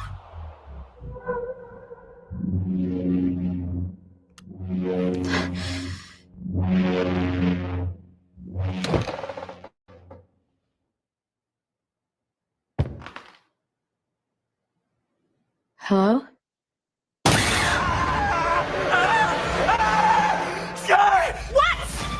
No, no, no, get away from me! What? What is it? Get away from me! Louis?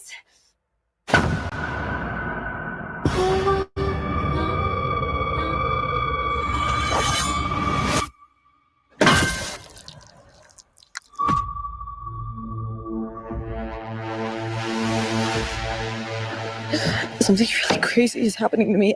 I keep seeing this face everywhere.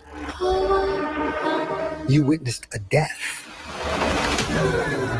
Now it's latched onto you.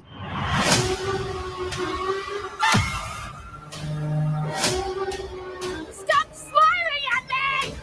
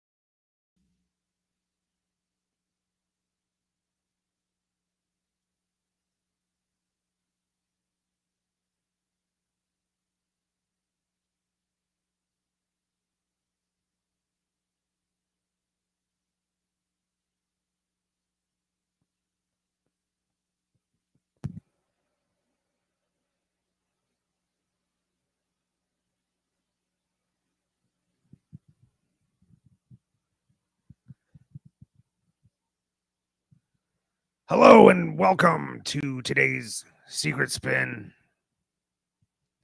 thing we do.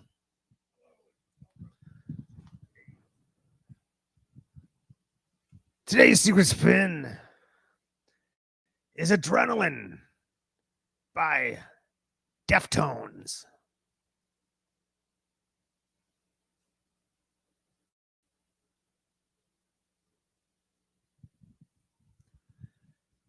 And the question has been asked, is the theme this week all 90s albums I never want to hear again? So far, yes. Your mileage may vary. And just think, this stream could be the last time ever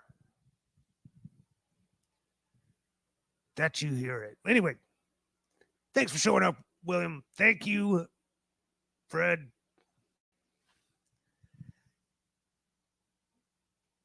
We are playing records that I got from Walmart. I think it was a $10 sale all week long.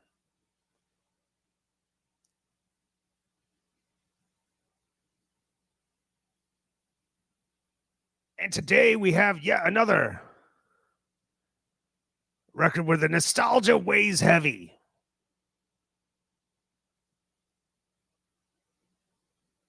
I mean, don't get me wrong, I like the Deftones, but this their first album, Adrenaline, maybe the most new metal of the Deftones albums. I don't know. It's been a really, really long time since I've heard it. So I guess we owe it to ourselves. We're going to go through it. Take it away, Deftones.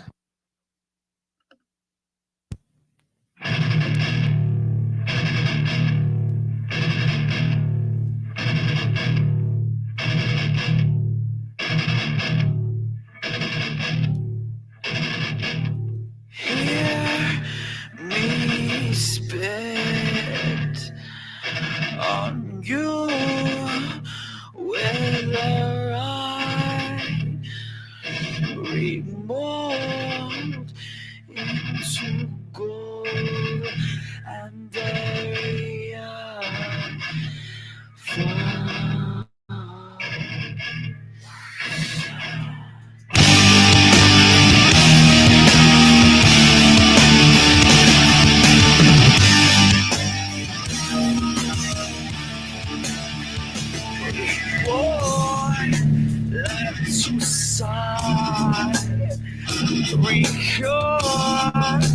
Maybe I'll be born and simplify the way I like.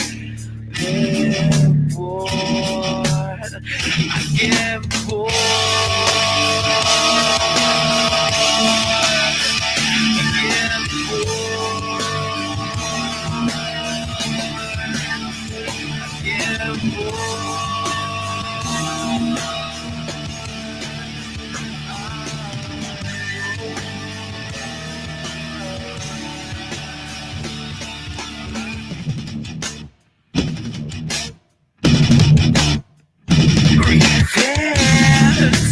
By you and try to figure out I burn like too dark and let it shine, babe, bored, get bored, get bored.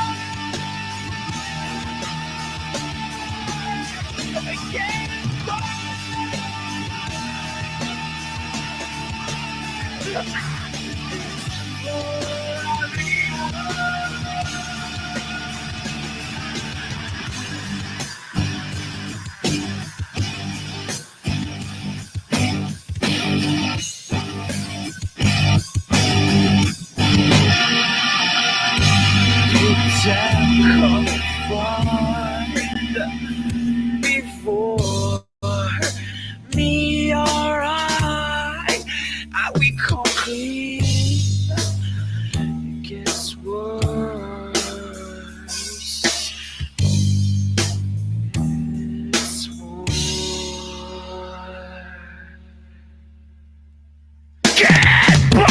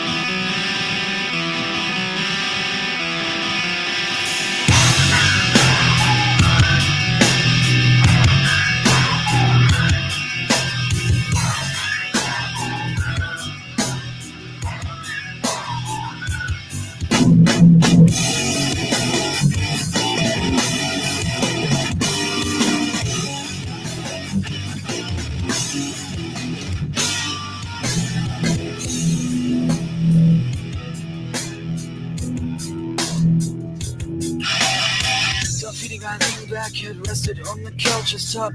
Let's leave the house soon, being gone, cause my pop stays hot. Got my blue backpack, my weapon, quit my bicycle, because I know my friends are waiting at the door. I'm feeling loose like you, just fucking around and shit. Took that coach from 55 on 26.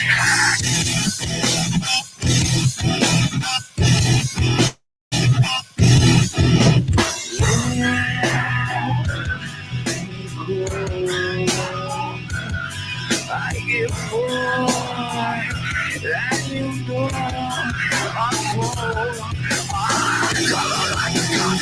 My little cross, but you cry. You know I want to pick you up, but they